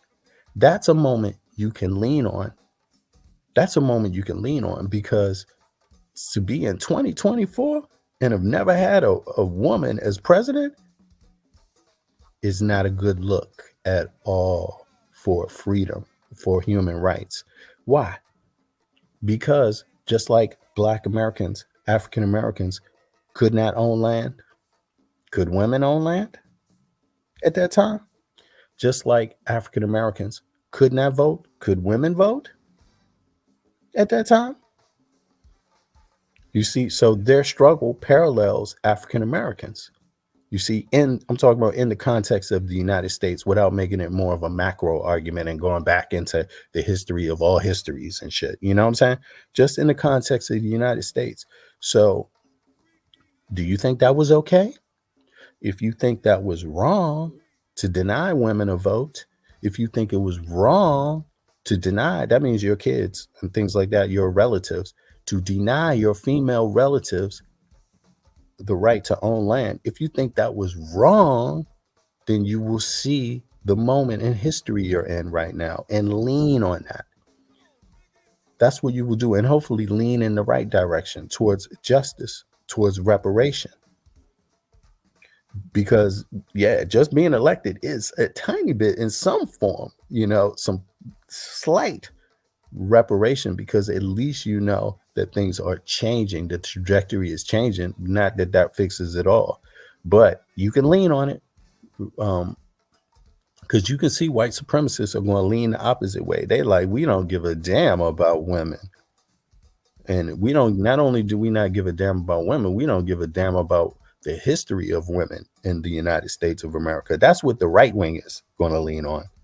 So all the women out there with these freedoms, and this woman right here, let's not find out she's another Mark Robinson hypocrite who, went out there and, does all the things that the liberals do, live the life of a liberal, and then goes out on YouTube and say the opposite and shit and pretend. But then again, I don't know. I'm just saying.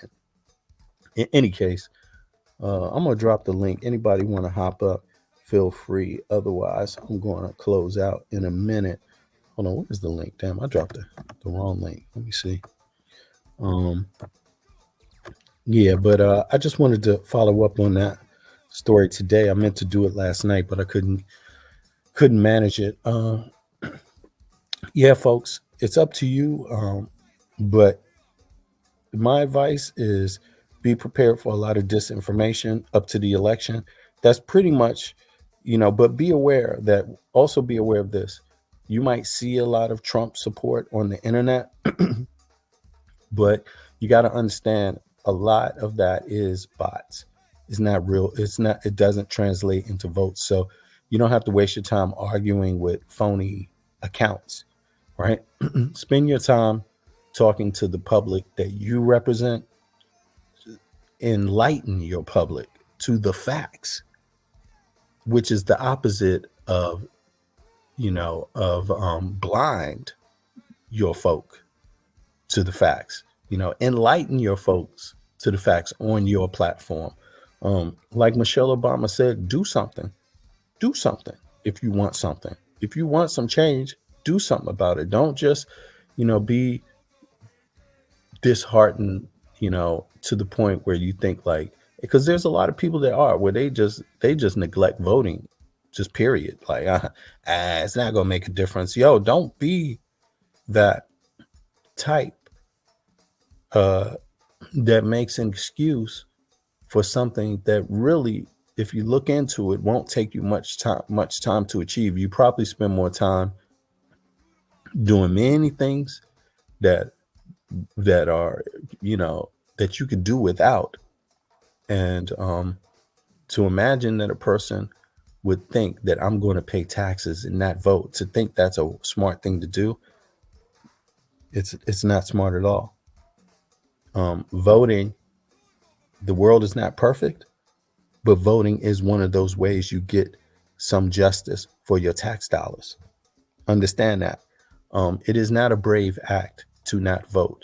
At least you could do is not pay your taxes too if you're not going to vote. But most of these people, they ain't doing that because they know their ass will be in jail. So they're just being stupid about it. If you're going to pay your taxes, do yourself some justice and vote. Do yourself some justice. Do your neighbor some justice. Look around your community and say, do I like any of these people I live with? What do I not like? Approach it that way and see if you can find a direction to lend your vote. Hey, Tiff, you there? Hey, how are you? I'm good. I'm up. Hold on. Let me see if I can get you up here. Yeah, there we go. How you doing? How's your day good. My day is going good. Okay, that's good. I'm glad to hear. And how about Sometimes it's the yours? mind.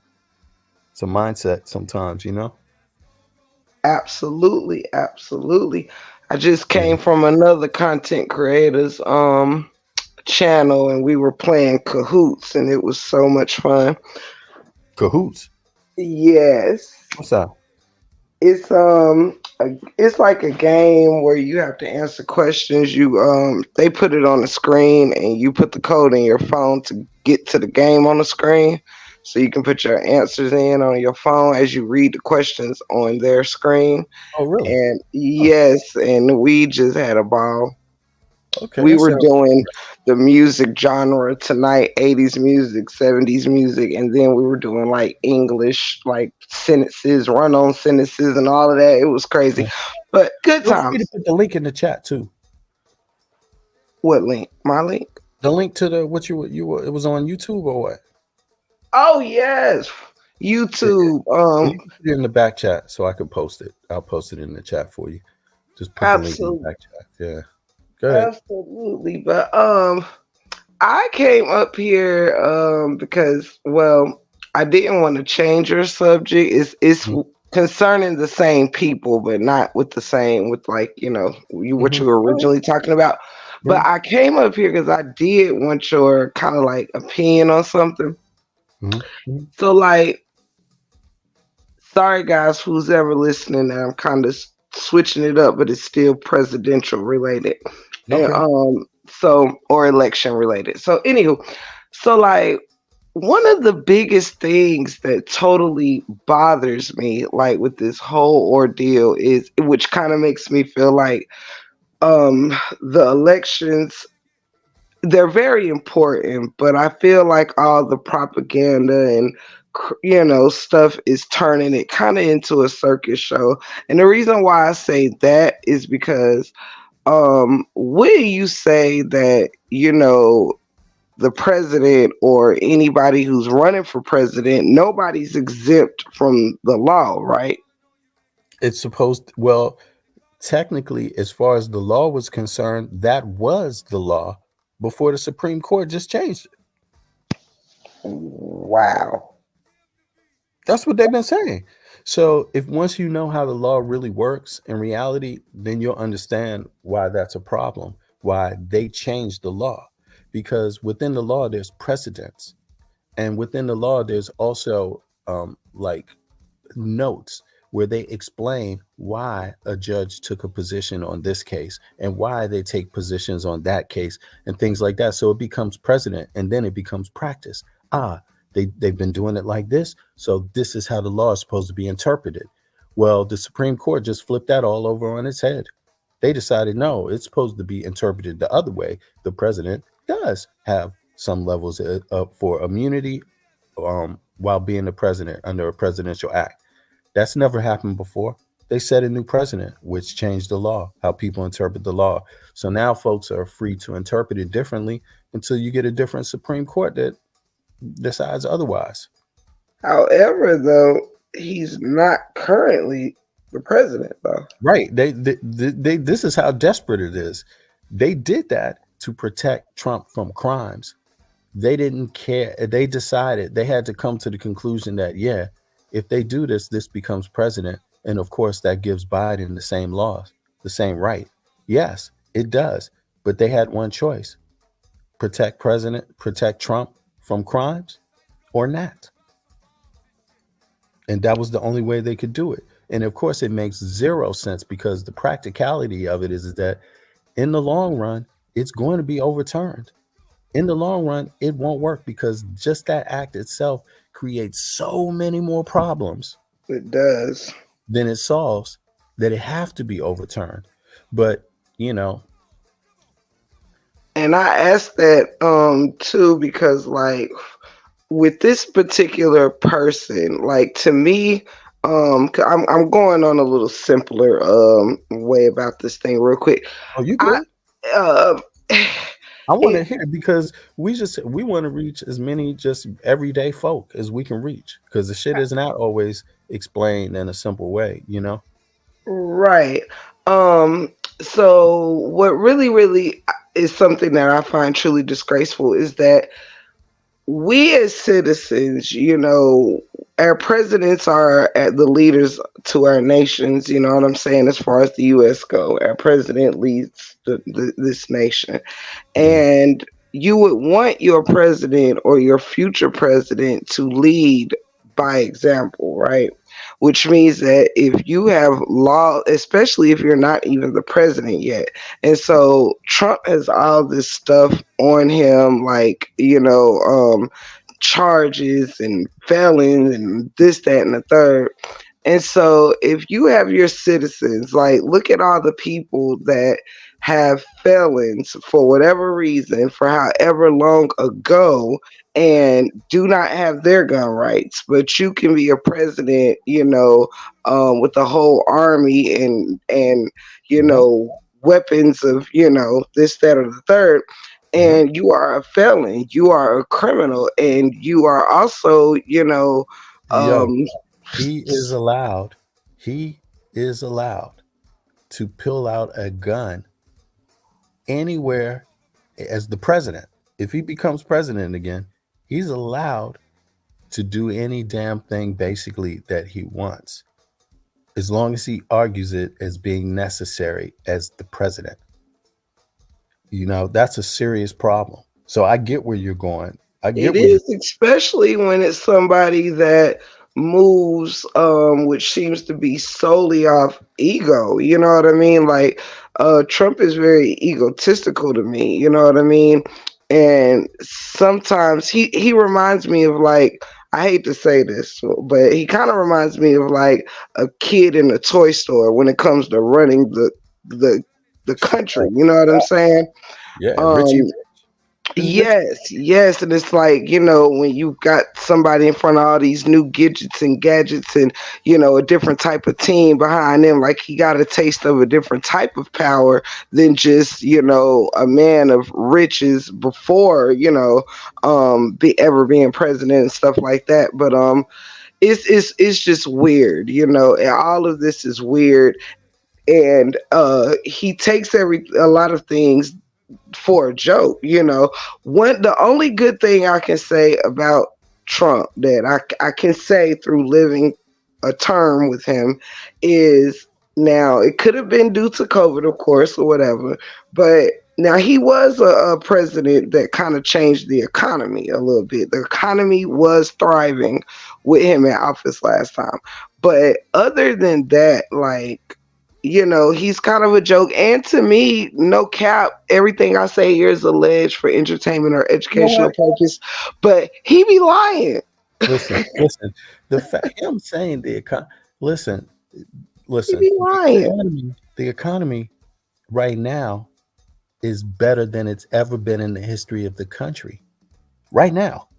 But when Kamala Harris gets in office, or whoever the next president is, are they supposed to? Because you got to understand, just look at a little bit of history. The U.S. economy has done better in the last 30 years. Every year in your entire life, it's done better. Every single year, the GDP has gone up.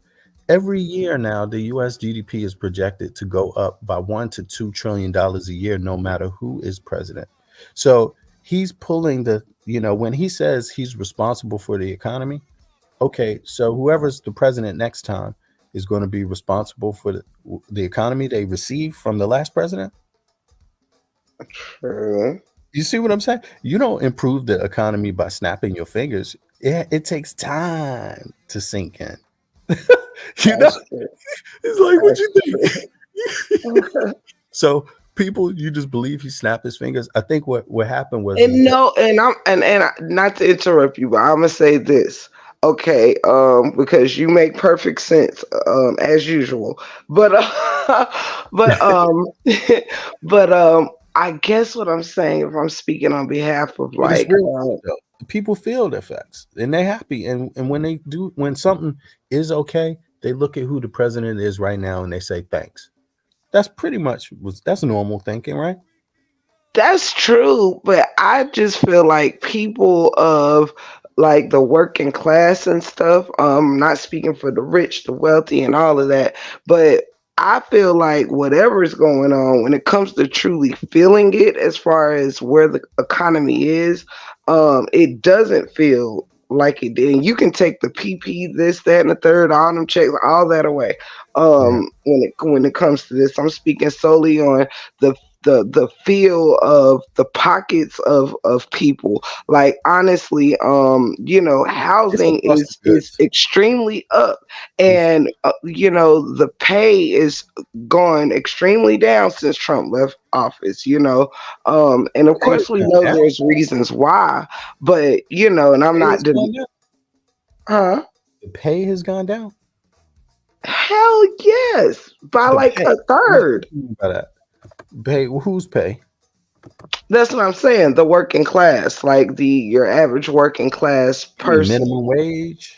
No, minimum wage is the same. But example, when Trump was in office, normal jobs that were maybe, I'm gonna say, if you had a normal job that was $20 an hour, when he was in office, you pushing 30. When jobs that was probably $15 an hour, you're pushing 23, or things of that nature. Now it's like back, if not a little worse than before. It was just the normal wages, So like, not people had looked at the stimuluses and all of that as all that Trump did, or whatever like as far as money goes and how the community felt it. So I'm just saying with pay, yes, it has went down, like wages. We gotta be factually correct though, but I think what you're saying is that it's not, is that inflation has gone up. pay hasn't followed inflation. So This is true. what people feel is more of an effect. But the wages itself, they haven't gone down. They have. I promise you, bro. And I, I'm part of the working. Well, I'm an entrepreneur, but on and off, I've been part of the working class or whatever. And I say that because What is that like a yes, specific company or where is that at? That's what I'm trying to figure out. Is that state nah. wages? I Is that mean, around the U.S. okay? That's private sector wages. See, this is Well, where because I know you work like you union, right? see, that's what I'm trying to say. That's exactly my point.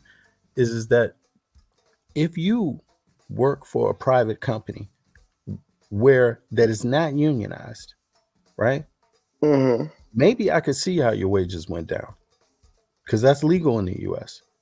Yes, It's legal. It's literally legal to pay people less money than their living expenses would be. That's legal in the private sector in the United States.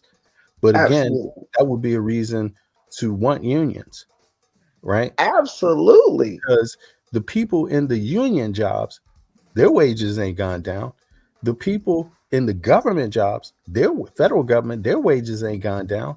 The state level, that's why I'm trying to be specific. So because it's possibly true that wages have gone down. I'm not trying to say Okay, look I'll at say that. this. Somebody could I experience that. I just like want to medical field gone down, where educational wise gone down, and then of course like your regular, companies and things like that. But so I see where you're trying to make sure we, know the in, difference. yeah. But I say this because regardless of the fact, everything, no matter who works where, wherever, everything else has certainly gone up, like housing, rent fees and like your grocery store price inflations, all of that. Like it just seems like everything at the same time is up. And for the average person, wages are down, or people are doubling up on jobs or hours or this, that, and the third.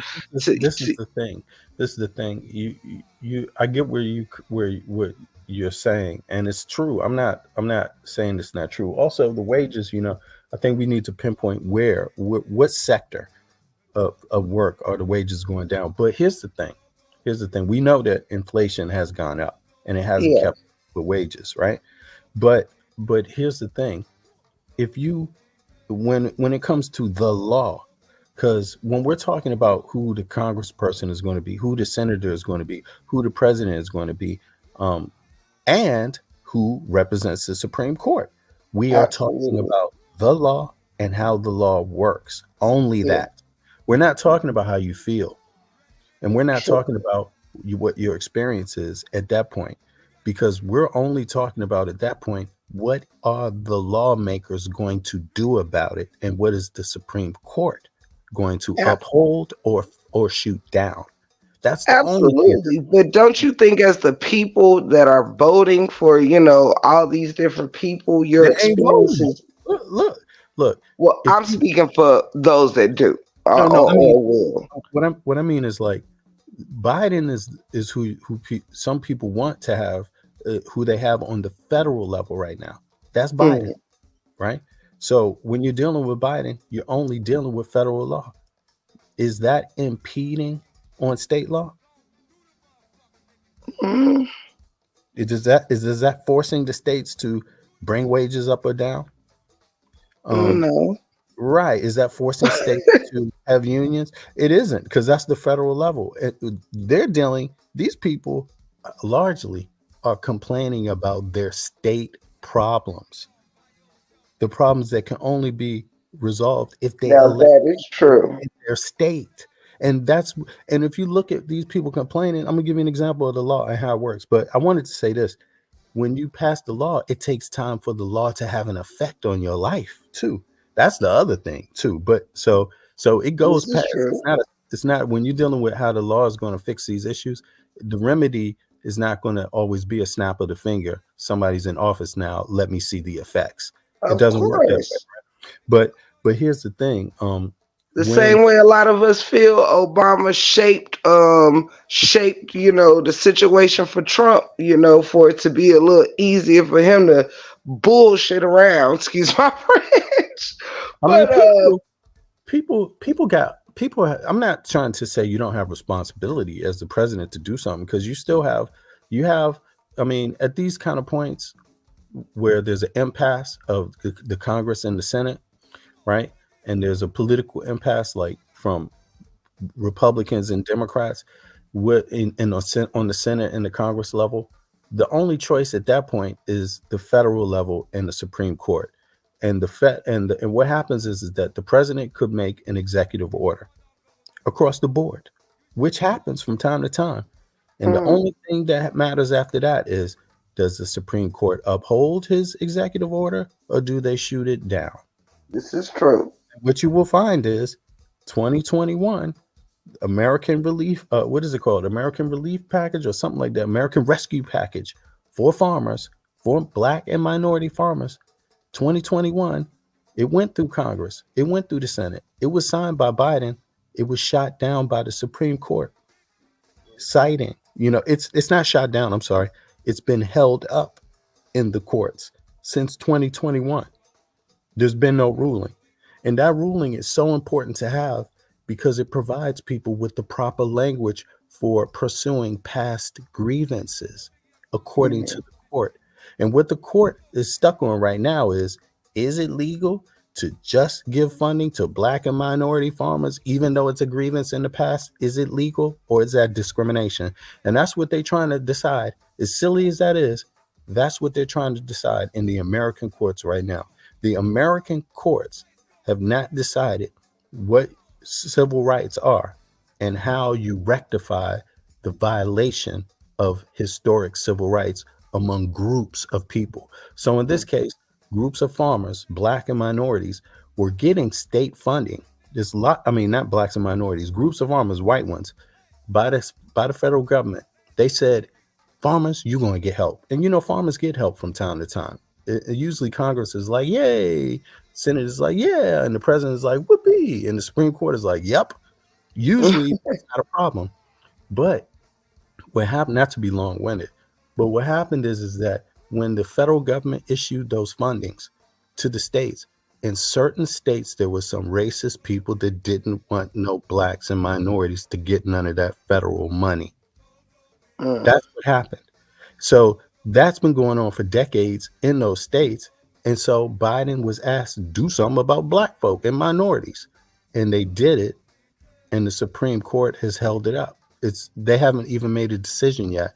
And it's actually important because once you know where they stand on this one decision, you're going to know where they stand on all decisions regarding discrimination. Absolutely. See what I mean? But damn, I was a little long-winded there, but no, you wasn't. Actually, I like to be informed. That's what I'm here for. So people have it's going back to the states. Who are the governors? Who are the senators in the state? Who are the state's legislators? Who's right? Because a state could say, you know what? If you ain't unionizing, you can't operate in the state. Are they doing it? They could say that, but no. See, there's a fight going on in the U.S. right now. This is my view. It's a fight for privatization and exploitation versus union, human, and civil rights, and having a stake, gaining the benefits of the success of your own country. Why don't Americans share in the success of the nation? And this is because there's some people that want to pay some folks less. Here's another example of the law. The weed law, right? Smoking weed. Is weed legal or not? Can you possess weed or not? Can you be in your car and smoke it and smell like weed or not? Well, the Democratic states largely said, fuck that. Yes, that's not a crime. We're tired of police officers using the excuse of smelling weed to now go in and violate a person's civil and human rights and beat their ass or charge them with some kind of shit and dragging them in the court over weed. They said they're tired of that. They said there's too many instances where police are using that as an excuse to violate people's rights. So you know what we will do? Lead legal. You cannot use it in any. You can't drag nobody into court because they smell like weed. That doesn't give you the right to search their car now for something else, for drugs. No, they eliminated that in democratic states, in democratic led states. Look Yeah. at the states who ain't done shit about it. Look at Period. them. Who are they? It's the same states that want to pull a black man over for smelling like weed, want to now invade his privacy. Now, when the man says, I want to give you my license, officer, then you get shot. Yep. So voters, and particularly black people, since we have problems, legitimate problems, we need to be up on that. We need to make choices about that, because the fact of the matter is that you have states, then you have the federal government. The federal government has some leeway into overall legislation, but it's the states that have to enact specific legislation. Absolutely. They also have the rights to figure out how they want to rectify things, and that's a system. It's good. I tell you what, it's good and it's bad, just like every other system in the world. But at the same time that we have this good and this bad, we're also the wealthiest country and most powerful country on earth. Why can't the bad be less bad than other situations? You see what I mean? Like, ain't there enough money to throw around? There's enough money. Crazy. And Mr. Like to watch tranny videos. He tried. I'm from the NC. Well, I live in NC. So Thank you. You see what I'm saying? And we know what's up with that. Have unions? Do you think anybody that's coming from look? What do you think Martin Luther King was fighting for? Fair wages. Right. Fair wages. Right. That's all the union is talking about. Is fair wages. So disgusted by this man. I don't know what to do. I mean, I just don't myself.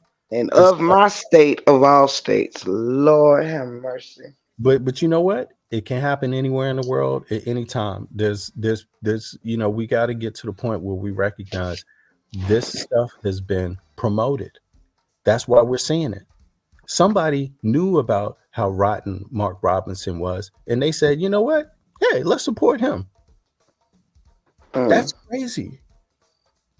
If there weren't people that didn't support that behavior, he wouldn't. And I'm not even talking about the tranny stuff. That's the irony of it. That was the thing that they was like, enough is enough.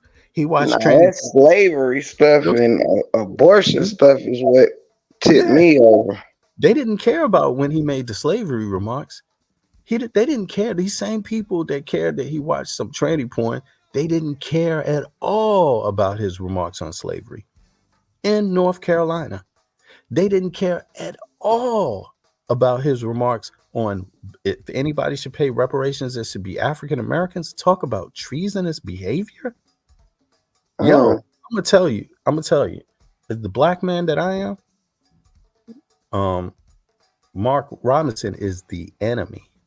Yes. If he means anything that he said, any of it, he's the damn enemy, especially about black people. He is the type that it doesn't matter what he promotes himself as being, that is the enemy of black people. And that man came in blackface. You don't have the right. I mean, you have the right, but you shouldn't really. This should be in a moral world, in an ethical world. You wouldn't even have that possibility to even think or say that kind of crazy shit. That's totally right. Even if you're not even pro reparations, you don't even say what he said. Period. But he went a step further. You see what I'm saying? He went a step further and was like, nah, I mean, it's just, anyway, I don't want to talk too much, sister. Go ahead. Keep going. Oh, no. Please, for real. I love it. But it's just it's crazy, and people really do need to be informed and know what's going on federally and statewide, because each individual states, have their own situations, and on even though we got this, election for the presidents and all of that going on, a lot of people don't really pay attention to, electing the right people for their states. People don't pay attention to the congressmen and senates, and everybody just think it's all about the president, but it's not. It's Yeah, bigger look, than that. look, Biden, they can sign the president and Congress, the Senate, and the president can sign anything you want. They can sign anything you want. But guess what? On the state level, your legislators, some of those things, they can try to shoot it down or shoot it down and hold it up in the courts as long as they can, or even get a court ruling. Mm-hmm. So in that case, look, again, we got the weed laws. You can be in DC and you can smoke weed. But why did they do that? Because they made a decision. It wasn't about the smoking of weed only. It was about the fact that police officers were using the smell of weed to invade people's privacy. Yes. To go further in a point where they shouldn't even have the right to go. So they shot it down. So now they get to focus on other crimes.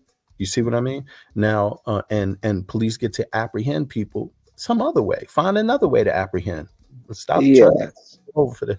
But that was because the state legislature said we're gonna do it, and most of those states are Democratic states, most of them, and most of the ones that don't even have that are Republican states. They don't, recreational weed. They don't want to use it that way, because they still want the officer to be like, "Give me your paperwork, boy."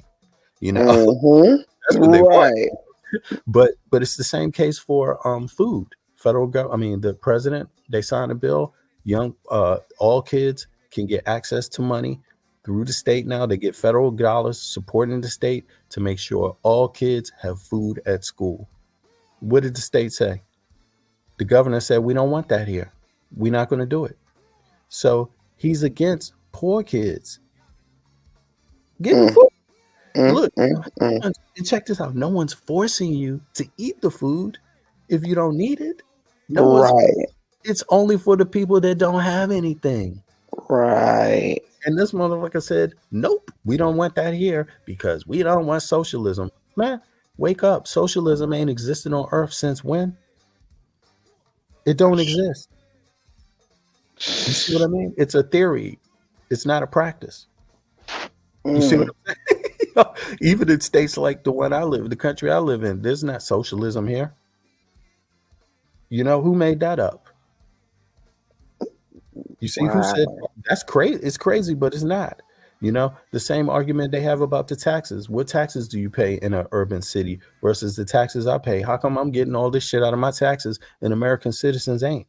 Why is that? Where's the explanation?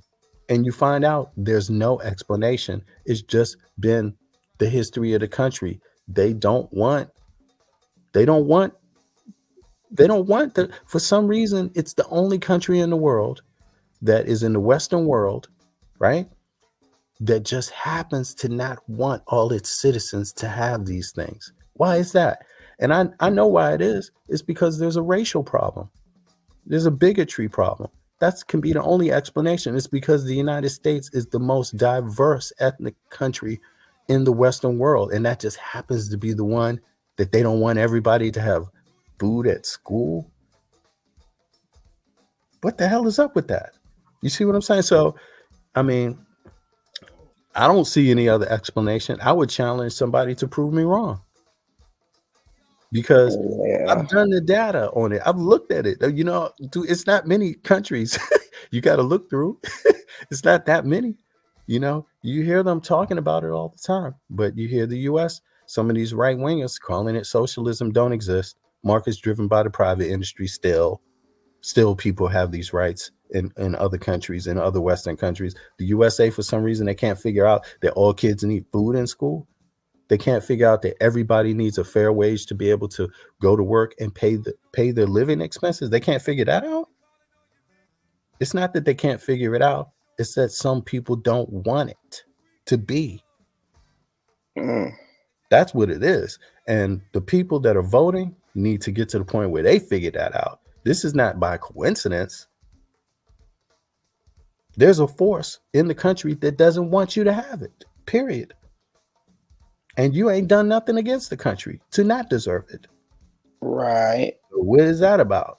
You see what I mean? They don't want to explain it. Sad when you don't want to feed the kids, man, knowing it's, food inflation. This would be a great year to let the kids eat free if they are, less fortunate or Why hungry. should they even have to talk about it? Look, I went to school, public schools too. I went to a private school later, but I went to mostly public schools, mostly my entire life, even in high school. 99% of my schooling, if I could say that, is public, right? Well, the school had people of different backgrounds, different economic backgrounds, even though it was a public school, and different ethnic backgrounds, right? Also, even though it was predominantly African American. The reality is that if a kid that had more money than my parents had came to school and wanted to eat that school food, they could eat it too. They didn't have to ask. They didn't have to say a word. They didn't have to give an explanation. They didn't have to say how much their parents made. They didn't have to say nothing. All they had to say is, damn, that apple pie looked good. I want me some. Even the rich kid could say that. But yet these people, they don't want this kind of coexistence. You see what I'm saying? So instead it's division instead of everybody needs the basic things together. Everybody deserves the basic things together. And if a rich kid want to eat this public school apple pie, so be it. That's his right too. You see what I mean? But let the ones that don't have any opportunity to have a decent lunch have that right to a lunch. You see what I mean? That's all. Yeah. They don't want to do it. People shouldn't have to be filling out forms and all this stuff and getting reductions and what I didn't like when I was growing up, you had kids that got free lunch, kids that brought their lunch, and kids that got reduced lunch. I did not understand why kids the ones who had reduced lunch couldn't just have free lunch, or or you had the ones that paid full price. If they didn't bring their own lunch, they paid full price, like the richer kids or whatever. But I thought that was just all stupid. It is. I mean, in my opinion, it's stupid because, again, it's like trying to make an argument that somebody's getting something for free, and that's the problem. That's going to harm your ethics and your morals to think that, it goes back to that old racist slogan of, hey, everything I got, I worked for. And if you don't have nothing, it means you didn't work for it and your family didn't. But we know in the history of America, that's bullshit. Because the very people who worked mostly for it were people that didn't get paid shit, couldn't own anything, couldn't even vote. That's true. So, I mean, what are they talking about? We know that theory's busted right there. You having money in the United States of America, it is not, or in any country, because discrimination really does exist. And we know this for a fact, right? Because laws that were discriminating had existed for the majority of the history of the country. We know that it's not as simple as hard work pays off. No, you can work your ass off and be stopped from any reward because of discrimination. You can. Now, that's not the only situation that exists. Sure, if you don't do any work, you definitely, unless you're Donald Trump, you definitely ain't gonna get shit out of it. But most of the regular people, everybody's working hard. You see what I mean? But you can't judge people so coldly. Like, you don't know the struggles that everybody goes through. So for them to come up with a system where it's like, some people get free, now other ones get reduced, and then the other ones bring their lunch. It's like, look, here's the thing. You can easily find out. You can manage it differently. You can fund people, and as soon as they don't use the funding, you can make the funding less. Yeah. There's ways of studying this to where they don't, have to make it about money. I mean, it's public schools. You see what I mean? Let me catch my husband up. We up here talking about laws and the election and presidential candidates and all that, and things that they are discussing and wanting to put funding to. And this particular subject was the fact that we finding it ridiculous that all states in the U.S. Wasn't really for having the kids, eat free at school. Yeah, free lunch. And yeah, free lunch. But we'll see at my nephew's school, they they do it here, and they get free breakfast and lunch. So yeah, and some states are not with it. That's pretty much how it was when I was in school. And the only difference was it went off of the Income, right? Uh-huh. So now, this is the question. Couple questions. All right. First thing first. I can't hear him. Regardless, first thing first. Chair. Hold on. We're coming closer together. Yeah. First thing first. And this is actually a rhetorical question. The first one is. So regardless if you vote Republican or Democrat, okay, do you think that it actually makes a difference? Do I think it makes a difference? No, well, not you specifically. I'm just saying, because like I said, the question is rhetorically. So, I mean, look, let's keep it real. If you're a wealthy person, like billionaire class, it's probably going to make a little difference to you, right? Because the U.S. government is not out to punish wealthy people. It works together in sync with wealthy people, the real wealthy of the United States. The government is there. Why do we know this? Because the government is there to protect your property and protect your life. So the less property you have, the less protection you're getting. You see what I'm saying? Like the more money you have, the more protection you're getting. So true. I see what you're saying. But the billionaires don't deal with the millionaires. Right. Who don't deal with the 100,000aires that, you know what I'm saying? And exactly. So it depends on where you are in the society, what level you've reached. So but we talking, all right. To me, the Republicans want to keep the rich richer, and the demos, trying to get the lower class community up in the game. Is how most people look at it. Well, they have this thing. They have this problem. The U.S. got this, not problem, but it's something that make it different from some other Western countries. There's no king.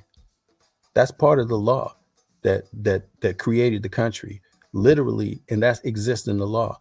So they were off with the king, this kind of king thing, a long time ago. Whereas though other Western countries they all haven't, they're democracies, but they still are rewarding their kings and their queens with taxpayer dollars. Right now, because of the history of the U.S., how it was founded, they was like, screw that. We're not ever going to do that again. There won't be no permanent wealthy class. You have to work for yours. You have to earn yours. You have to, invent things to secure that class. Well, in the U.S., because they never had kings and queens, there's some rich, wealthy people that really wish it was like a kingdom, like they could keep that permanent class that they have forever without any work. And the laws, because the law can shift, because it shifts based on votes, there's a lot of times where these votes are giving these wealthy people basically shit for nothing. Oh, yeah. Yeah, but okay, and in reference to what you just said, like this is my whole thing. So in the United States, it's supposed to be no such thing as a monopoly, right? Exactly. But depending upon where you live at, there are such things as monopoly. And I'm gonna say as far as electricity. Yes. All right. So then that's already, going against the grain. But then also too, it's gonna be basically impossible for us to obtain and see what we want to see when this whole United States of America was built off of the sea. Well, that's see, the thing about that is that, you're not going to be able to resolve, the beginnings of, history, what people do when they start lying, who was lied to about what, and all of these things. So deceit is okay. There's always going to be deceitful actors. There's always going to be deceit in something. It's always going to be. When you go to that store and you buy something on that shelf, are you worried about deceit? Do you want? No, because that's rhetorical as well, because it's already. No, but what I'm saying, it's the same. It's the same type of argument because, yeah, sure, there's deceit, but the question is how much, and how much do you reduce it? What do you do in your time that you are alive to stop it? Well, I mean, it's not whether deceit exists. It's not even whether the country started on deceit, because there's loads of countries you can go back and find deceit here, deceit there. What is it's all deceit. What do you think? You think so? Who do you think? What country do you think exists? What I know, not what I think. What I know is what we're talking about is basically an uphill battle, and it's never going to end, because if you can't get everybody on the same page, if you can't get the masses to, all align together, because we ain't did it. It's 2024, about to be 25. We ain't did it by now, but it is. Yeah, we got people running for office that want to take us backwards. Well, not only that, that's why. But see, I don't understand why the beef about this office and elections and all that. I don't understand why everybody don't understand that it doesn't matter who it is. It comes down to the lesser of two evils, right? But at the same time, hold on. At the same time, though, it doesn't matter who gets in office. None of them care about us. No, that's not true. Now, see, that's the thing. When you start labeling people that way, like, it's not necessary to label beyond what you know. You see what I mean? So let me ask you this. Let me ask you this now. Oh, by the way, let me ask you this. Buck, this is V Bennett, Buck. No doubt, bro. What's good? Oh yeah, how you doing, brother? No worries, Buck. Go ahead. I'm listening to you, though. I want to hear your argumentation. So, like, this is what I'm saying. Now, this is what I'm saying. Like, okay, everybody was so glad when Barack got in office and all that other stuff, right? Mm-hmm. Now, I'm not saying that every politician just ain't worth nothing. That's not what I'm saying. But what I'm saying is you said none of them care about us. Well, hold on, they don't, and I'm about to explain it to you. Now, if I was justly unaccused of something, right,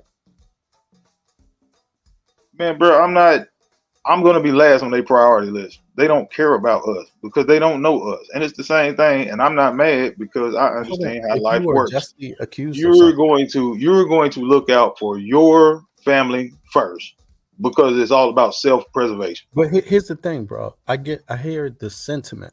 I understand the sentiment because that's how you feel, right? That's the truth. No, that's how you feel. Well, nobody can say you don't really feel that way. I do think there is people that, like, depending on what's being pushed, just like we got to get to know any time there's an election of any sort, which we've been saying, you have to hear people out, see what they're going to bring to the table, and assess it according to, we vote according to our needs. That's anybody, right? So I don't think that, I wouldn't go as far as to say nobody who goes in office cares about, us, whoever even us is. Like, I'll say us as everyone in a whole. I would just say you can't, not one person, no matter who's in election, can fix everything in a term, it's impossible. But I do feel that you can get someone in there that can kind of, give to all classes, like, you know what I'm saying, where ain't taking out your pocket, but we gonna try to do more to get more in these pockets. You know what I mean? I think you can have people that make sure you know, they try to be, you know, do some Well, things here's for the the thing. Here's the thing. people. Let me ask you a question. Just to something that he said about people not caring. None of them care. Okay. So if your town where you live, where the people you pay taxes with, you interact with them. I'm assuming you interact with at least the people in your neighborhood, right? And your neighborhood says, "Hey, man, we are having this type of issue, right?" And so you're telling me that in your own town, in your own state, right? Even in the what do they call it? Sometimes they have precincts, right? In your precinct, nobody in any political office whatsoever, none of them care about nobody. They only care about themselves. That's not what I said. Okay, I'm just trying to understand, because when you say nobody, none of them care. I'm trying to understand it on the micro and macro level. Like if it, I said that we will be last. See, who's the we? rule of the jungle is self-preservation. You're Who's going to we? take care of you, your family, or your constituents first. Hold on, but who's we? Who's we? Just to be clear, who's the Well, we? when I said we, well, I mean that's human nature. So we is Okay, everybody. so that's what I'm getting at. That's Well, why I asked. we are not. Well, we are not in office. Look, listen, brother. If me or you were out on a boat in the middle of the ocean, right? I could care about you all. You could be my brother. If we both had a child with us, one child, and we knew that only that for the rest of us to live, one of them has to go into the sea, right? Are you trying to say that neither one of us have the capability at that point to say I care about myself more?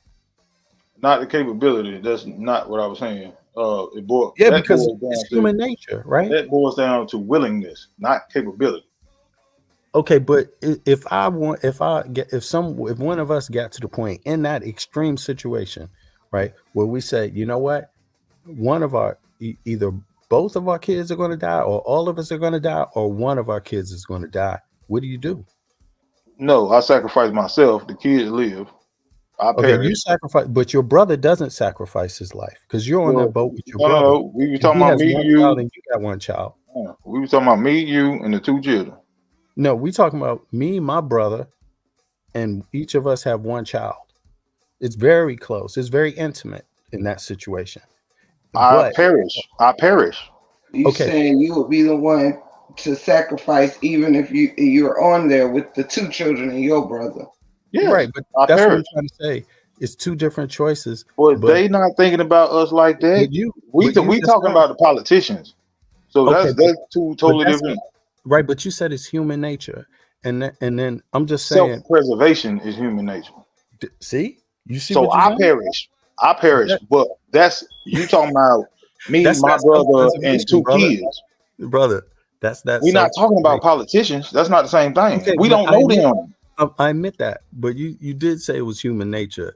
So you know, It politicians is. aren't the But only humans, huh? okay. So all right. So why is everybody rocking the vote so hard for somebody you don't even know? But here's the thing. The thing I wanted to illustrate is that politicians are just like you, brother. It's just like that scenario. They're not all the same. You see what I mean? What drives them No, I understand motivates them. exactly what you're saying. But what Yeah. I'm saying is the difference is well, okay. So the scenario you gave didn't involve no politicians. If you just said it was me and three politicians on the vote, No, okay, then I got you. So you see what I'm saying? Like, but, nah, bro. Hey, but it's look, I'm the gonna same vote you off thing. the But island. listen, Man. but You look, don't. brother, I Or want but hey, I got a the reason better why I example. illustrated it. Hold on. The reason why I illustrated it that way is because that's a micro example. That's the most smallest example. The closest people that you would think they would all have the same choice. You illustrated they didn't on the micro level. You all That's love fair. and care about each other, right? Apparently, you say that, right? But you Well, made different choices. But hold on. between But me and on the the politician, macro, between me and the politician and me and my family, that is micro. But if it's just me and my family on this boat, that's that's macro. micro. It's So no, it's macro. Me and my family. a vote opposed to me and some politicians on a vote. Well, That's the my vote. politician. Well, your decision is based on your care for the people on the boat. Now, the politician, right, on the macro level, their job is not obviously, to only think about themselves. Otherwise, why would you even vote, right? You shouldn't vote for a person like that. But the thing is that they have people they care about too in politics. So they're voting for the things they care about. True, They're but signing the legislation. their job title is actually to do the best for the people of this nation. It's two totally different things you talking about. Right, but I get that. I think you're not understanding me. They're right. They are people too. They are assigned human nature also, right? So the thing about it is that even though they're politicians, they're still humans, right? So who is it that they, on what level would they display these type of actions? You see what I mean? Now, Well, a life rev is different from their job that they signed up for. That's two totally different things. We can't even like compare the two. Like I don't expect but they're them to be arguing on, it. I don't They're expect arguing it like them that. to be on a life rev and pick me over No, their family. no, That's not brother. what I'm saying. They're literally there's a party. Their job that they No, signed up for, and they got but elected. look, brother. A politician that goes out there and tells you that, like, that says, you know what? Just look at the state. If they, for example, they don't want the free food program. Who's that going to hurt for kids? Who's the free food program going to hurt? Them, Who? How? because the top percent is where it comes from. It comes from their And taxes. so on the political level, that would be their family. They not hurting, bro. Most of them is lineage people. They ain't never been broke. They ain't never Right, had but we established that. they don't go to public school. Like, so how is it hurting them when it's No, just a tax? they, Right, when it's just it's a tax. not hurting them. It's not It will hurting. hurt the kids. It could hurt them. Right, it's not hurting the rich people, but Right. there's No, politicians that are arguing that it's hurting them. It's hurting the people, but where the people that it's hurting? In reality, it's Well, not really. if you want to listen to them and this come out of their mouth, it's them. Right. If you They're going to wanna say listen to they them, made an argument how kids just having free food is going to hurt the state and hurt some other people, taxpayers. They made that argument. And Another that part, is ridiculous with all the money that is put into all kinds of shit. You to argue that it will hurt. well, see, it doesn't. It will cause a dent to feed the But hey, children. guess what? It's not even the state money they're arguing about. They're not arguing about state money. They arguing about accepting the federal money. what's the difference? And why When they're wouldn't on salary, what's the difference? Well, there wouldn't, in my mind, I'm just saying, this ain't everybody's mind now. In my mind, I don't see why there's an argument to reject federal dollars. me either? Why I the don't see fuck? that. When guess what? The woman who works 3 jobs, right? All minimum wage, she pays federal taxes too. It's called Yeah. income tax. So why wouldn't I reject her getting help for her kids? Why would I reject it? But they make arguments for rejecting it. So what I'm trying to say is that you're not always going to get the chance, and not that this is fair, but you're not always going to rectify all problems at one time. But what you could do is say, what's happening right now? What are the issues right now that we can talk about and we can get done? And if it's something as simple as poor kids getting food, man, is that really the argument that the U.S. should be making? No, it's not. All right, so now you know what? That was very insightful. Let me ask you this. Okay, thank you, brother. I appreciate that, man. That was very insightful. No, I'm with you. Like, I listen just as much as I talk. I got you. There you go. There you go. Check this out there.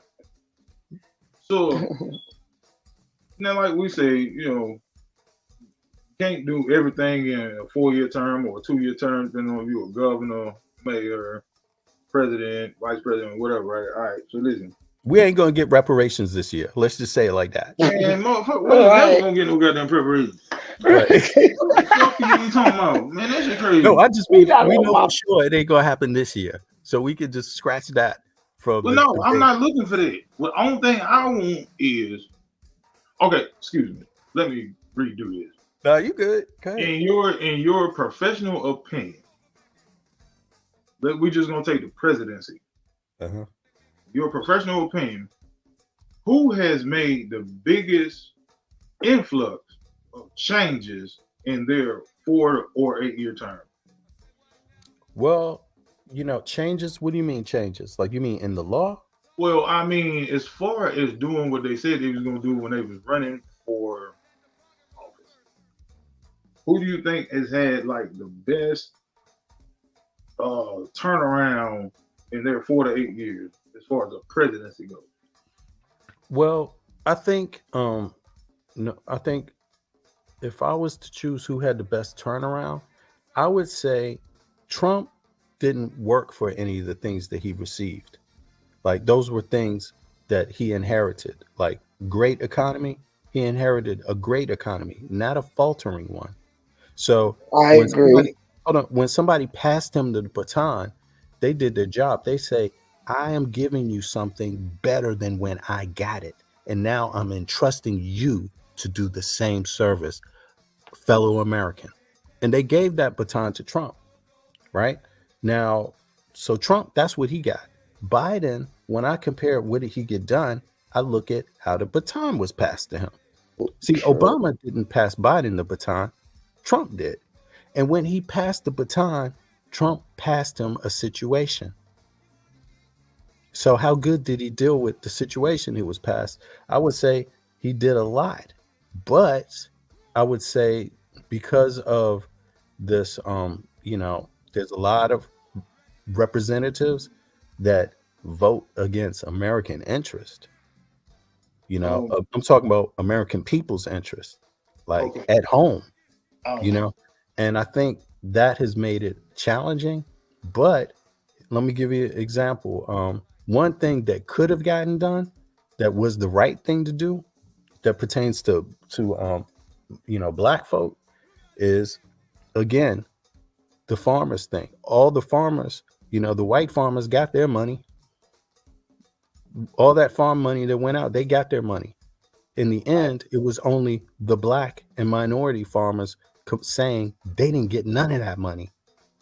So Biden came in, he inherited this problem.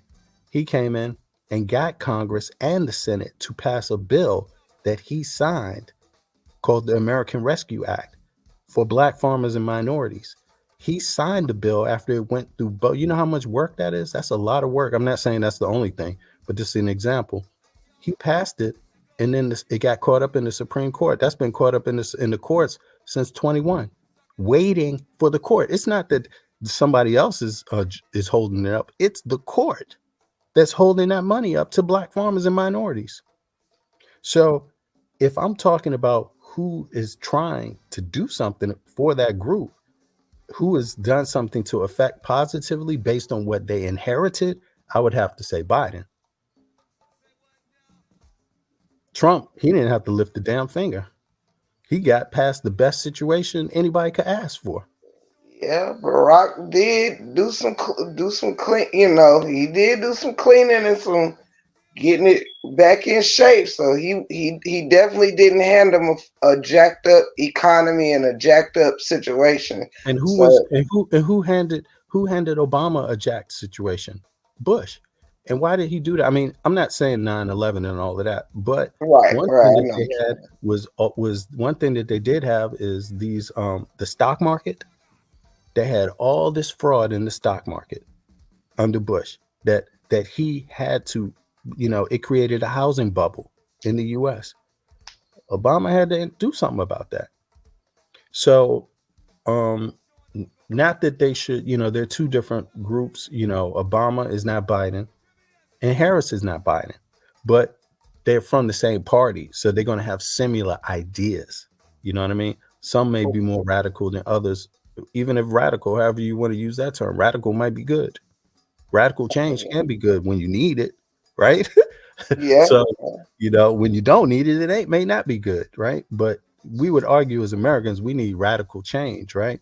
Especially for the middle class and the poor, and or the people who have been kept out of that dream. Definitely. I would argue, why should any American, because I don't have to do this, right? I'm American, but I don't live in the US, right? So the taxes I pay and what I get from my taxes is different, right? So I'm trying to understand myself. Why is it that I can live in a foreign country, I can have a job that's a union job, I can have universal health care, my kids can't get or will get, because they're still growing, they're almost at the age they will start getting paid to go to school. Why is that the case? Versus the United States, where they're paying the same taxes basically in every major city, yet they can't get the health care resolved. If you get in a health problem, you got to read loads of books to figure out what to do. Why is that? And you already got insurance. So why is that? You know, why is it? So I'm sorry, I didn't mean to interrupt you. So the question I asked you, so the answer to the question was Biden? Yeah, Biden. Yeah. Biden. Based on what he inherited, Biden did more work, definitely. Now, to what you just referenced, as far as like you live in a different country and you can't understand in this country why that. Yeah. Okay. Well, it's two words. This is gonna be deep. Go ahead. Criminal intent. Oh yeah, definitely. It's a criminal intent. That's what I'm saying. There's definitely a criminal intent. I agree with that. Let me tell you something. Like, no, everything is geared. First of all, like the deficit. Okay, the deficit of what the United States owes everybody. They don't owe. The United States don't owe anybody, brother. Yes, they do. No, they do. The U.S. doesn't. The U.S. contributes to the World Monetary Fund. That's not a debt. So what happened to that 200 trillion? No, that's the month. No. There's no. The U.S. is something like. Let me see. The U.S. has a year, close to a year worth of GDP debt itself. It's self-imposed debt, right? And they argue about this from time to time. Do you raise the debt ceiling or not, right? And the arguments that have been made to raise it is based on the projections of the GDP for the next fiscal year. You know, it's based on how well is business going. And do we need to resolve this right now, or can we wait? Can we get other things passed in the law, or do we have to do this now? And so the Republicans and the Democrats, I agree, they keep coming back to the same point where if they disagree about all other things, then they don't want to, then the party who can obstruct paying the debt will do it. Just like they obstructed trying to pay the bills. They want to even stop paying the bill for this year just because they didn't get what they wanted. Because other countries, it's just like, all right, I'm an African-American man, right? Mm-hmm. All right. Now, African-American people as a whole, but especially African-American men, hey, look, if you owe me, you going to pay me. That's how the United States feels. Well, that's how other countries feel about the United States, because, bro, we in so much debt. Who does the U.S. owe? Oh, Lord. Oh, Lord. All right, first of all, China. We can start there. The U.S. doesn't. See, yes, you know, they're making arguments. There's been some, the United States doesn't owe China something that China doesn't owe. These things are leveraged every day. They've been leveraging this kind of stuff for over 20 years since Clinton, you know? So why wouldn't, if that was the case, why wouldn't they just, you know, treat it like, you know, grown man to man? Hey, listen, bro, I don't know why you keep saying that, because I don't owe you nothing. It's the politicians are saying that. It's just, it depends on which ones you're talking to, you know. It's they're a lot different than also too. Now, look, this is we thought it would have been a better, not we, is me, but the country and the people who made the decision thought it would, because it was cheaper to get so much other stuff that we could have made in the country, outside the country. Now that part was true, but what they didn't account for is the transportation, the who is it, the not the FDC but the people who can say what can come in and out the country. Mm-hmm. All right, so then we just don't pay our debts. No, look, brother. Let me just say this: this is not a debt that is forced on China. The United States didn't say, "Hey, China, you have to do this," right? No. China said you owe us some money. They bought securities. They bought U.S. securities. That's the debt that they're talking about. So what they're saying is that there's a different argument going on. And I understand it because some politicians, the way they talk about it, they make it sound like something it's not. The US, right? The China has 800 billion, right, in securities holdings. And when the politicians don't say that, that's the problem. What they're doing is generalizing it, calling it debt. Like, the U.S. was about to go under one day, and they said, "Hey, man, can y'all loan us this money? We give it back to you next week." And now you're mad about it. No, that's not what's going on. What's going on is that debt, right, China has, that's also a security for China. You see what I mean? Like, they earn something because of that, those security holdings. They earn favor because of those security holdings. You see, it's actually decreasing the debt with China, but that's because of laws are changing every time. I mean, the U.S., you're going to have laws change constantly because you have elections every 4 to 4 years, state and federal level. So the laws change, but it's not the kind of debt like you talking about. But the GDP debt, paying the bills, that's a serious thing. But that amounts to about 1 year of U.S. GDP. That's a lot. If you pay them. If you pay it, but it's projections, you know what I mean? But then it turned into 2 years. Well, what they do is they just say what you said is right here. I was reading about it. You was talking about the marketable securities and stuff.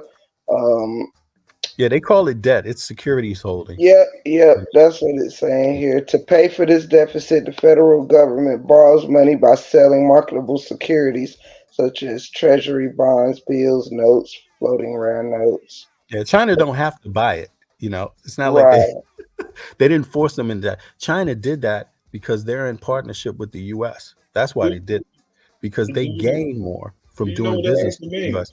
That's 800 billion. But how much do you think they gain from that? Do you know what that actually means? What does it mean? It's like if we take something to a pawn shop, or if you want to barter for something because you act like you ain't got the bread.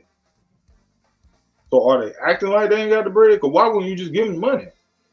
Regardless of what it is, even if it's 1 year, 800 million now, give them the money.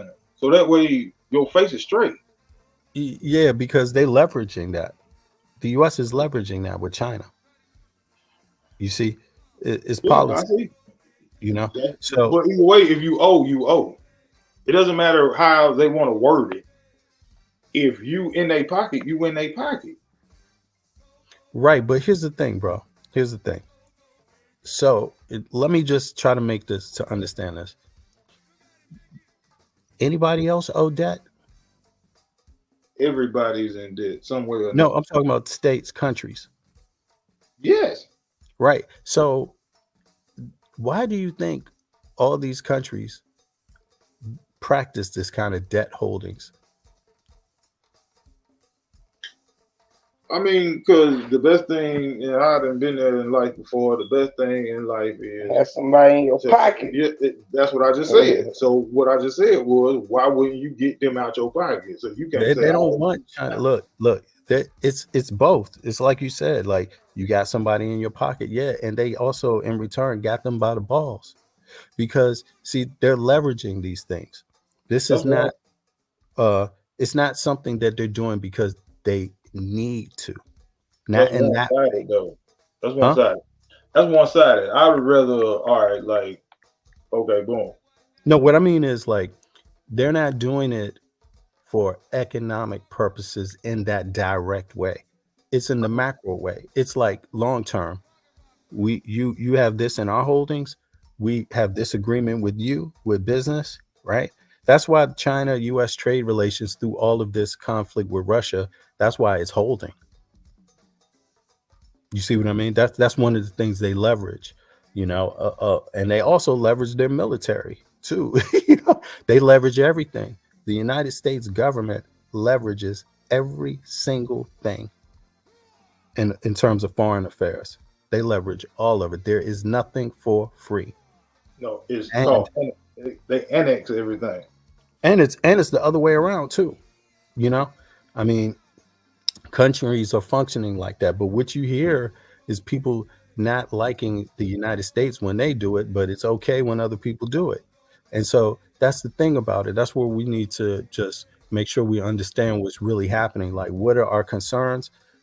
800 billion to China? Yeah, it is a concern because it's our money, it's our tax dollars, it's our government. But we need to understand too clearly what is it really about. Because if we don't understand what's going on in the big picture, we could undermine ourselves too. So I agree. All of this debt stuff, it is kind of you have to ask yourself, is it necessary for any country to operate in debt to anybody? Is it necessary? The in a in a world where there's no debt, in a different kind of world, most people would say, yeah, man, that's strange. Like, that is, people that don't understand that, they would be like, it's strange because it is strange. But there's a lot of reasons, background reasons why it is that way. The US ain't the only country leveraging its debt. China has an interest in getting that money back, don't they? It's theirs. They would want it, right? But It's theirs. what are they going to do about it? Well, I mean, sometimes, all right, like, okay. They're going to work with no. I'm telling you're saying what they're going to do about it. You're saying what they're going to do about it. They're Well, doing. no, I mean, no. Well, I mean, without saying it, but also too, it shouldn't even be a deficit period. You should have just gave them their bread. Well, the deficit to them ain't. It's like, why am I? Because China. Let China be concerned about what they want to do with that. The U.S. is leveraging that. China is basically left in a situation where they wish they was the U.S. That's pretty much what it is. The U.S.-China relations, they haven't always been the same. When the U.S. got wealthy, became a wealthy country, is after World War II. How it positioned itself, right? It became a world power then, after World War II, right? Now, they gained the most, right? They gained the most from the defeat of Germany and the Nazis, right? Now, financially, right? In terms of global power, the U.S. became a global power then. But during that World War II, the U.S. was on China's side. You see, China saw Japan as a harasser. You see, Japan was invading and whooping Chinese ass all over the place. And Japan had captured huge parts of China. Actually, too, if you remember, that's what we see what I'm started saying? doing. So this 800 billion debt is a long relate. It's connected with a lot of parts. You see what I mean? So that's all. Hey, do me a favor. Yeah. Let me hold 800 billion on. Yeah, well, to me and you, shit, it's going to be like, I mean, and it's sad that it's this way, but to a lot of us, $10, brother, $10 is going to break up a friendship. It's going to break up a family. And you shouldn't really have a practice of owing. It does happen. Shit. Have I ever owed money? Do I owe it? Yeah, of course. I have in my life. Have I paid back all my debt? No. But what is the relationship that's going to result from it? From how we deal with this? You see what I'm saying? And when it goes to the macro level with the US and China, yo, let me do you a favor, brother. Forget both of them. It ain't nothing to even think about, because in terms of empires, both of them would gladly be the empire that rules. Both. You see what I mean? Like they're not playing no games about it. You see, it is a Game of Thrones. So you being in the US and losing that positioning is not a good look. You know what I mean?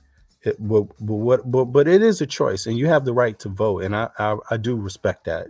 You have a right to make a different choice than I make. You see what I mean? And I'm not going to fault you for that for the rest of your life, because it's a damn election.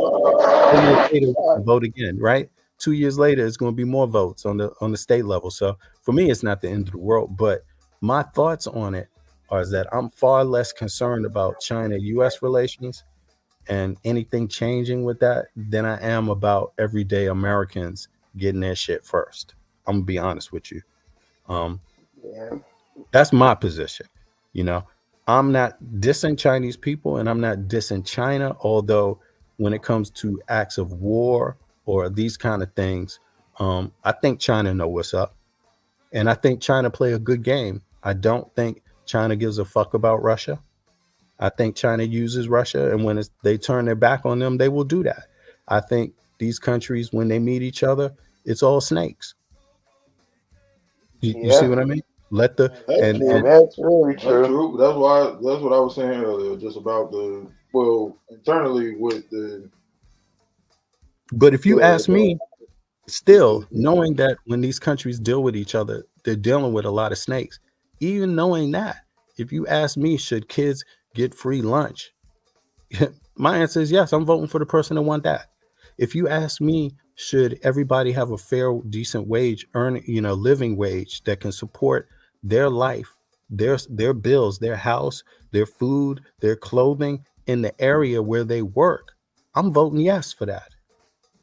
Even despite what I was saying earlier was these things are being decided by people that never needed free lunch. Oh, hell yeah, that's the problem. Shit. Or not, some of them don't believe it. No, so why are we talking about why are we talking about people that are born in the money? No, bro. In a free lunch conversation. It's not being decided by people who never needed free lunch, though. No, some of these people are phonies, bro. Look, no, the majority of them, man, they ain't never needed. Look at Mark Robinson. I said the majority. Okay, I'm not saying, I don't know the data on it. I'm not saying you're wrong. I'm just saying it's not like that. Some of them are phonies. They saying shit maybe just to get in the office. Well, yeah, they fake it till they make it. Yeah, and I then they ball out on our shit. But I just don't think they all fake to make. You see what I mean? I think some of them, they legitimately they know that, damn, why can't Americans have it better when other people that have smaller GDPs have it better? The U.S. They say the United States is the richest country, right? But we also got the most debt. So then we always poking our nose into other people's business. No, bro. That's not what they're saying. Look. Some countries are saying that. Some countries aren't. Some countries are saying, like, the U.S. is closest allies, is closest partners in trade and in security. Even more important, they're not saying that about the U.S. They're saying the U.S. has more gun deaths. They're saying, how come the U.S. is the richest country and they don't have universal health care? They're not saying, these NATO nations, they're not talking about the U.S. poking their nose in nobody's face. They're not complaining about that because the U.S. is doing that with them. You see, the U.S. ain't doing it alone. They're doing it with them in an alliance. That's different. You see what I mean? So that's NATO though. That's NATO, but like we still be poking our nose in other people's business. And we the first ones to put troops on the ground because of the natural resources from them countries. Bro, no, brother. They all these countries, there's not one, China, Russia, US, the EU states. There's none of these people that got nuclear weapons that could ever talk about poking their nose in somebody's business. They all doing that shit. The difference is how you play the game. Look, China, you know whose nose it pokes his, whose business it pokes its nose in? Its neighbors. You know who those neighbors go run to? The U.S. Guess who Russia poked their nose business they poked their nose in? Their neighbors. Guess who their neighbors ran to? The U.S. So they're all poking their nose. The problem is, the difference is how the game is played. And when nobody expected the U.S. to be a superpower 100 years ago, brother. You know who they already knew was a power? You know who they were calling 100 years ago? Imperial nations. Think about that. You see what I'm saying? So those nations, they definitely don't like the U.S. power. Of course, it's annoying. But if they could trade places overnight, would they do it? Yes. So they're complaining about something they would do and have done themselves. So as an intelligent person myself, I'm not saying, and me knowing those facts, I'm not, for me, it's like, I don't have an issue with the U.S. foreign policy. I don't have an issue with it. It's not perfect though. I'm not saying that. It's definitely not perfect. But as far as how they play the game, you looking at one of the best, man. You definitely looking at that. And people that for any reason confront that type of power need to be very, very realistic. At least know what you're dying for. At least know that. Because a lot of times people, it's for nothing, man. It's for nothing. For things that's true. Well, tell the soldiers that. Well, again, you got to go with the numbers. Well, no, because you got to understand, in this country, you said you talking about over the past 100 years. You got to think about the drafts. Like, they told people they gonna have to go fight. Right, I get you. Some of them made it back, some of them didn't. So, like, brother, no, listen, no, you. But see, it's happening though. But I get it.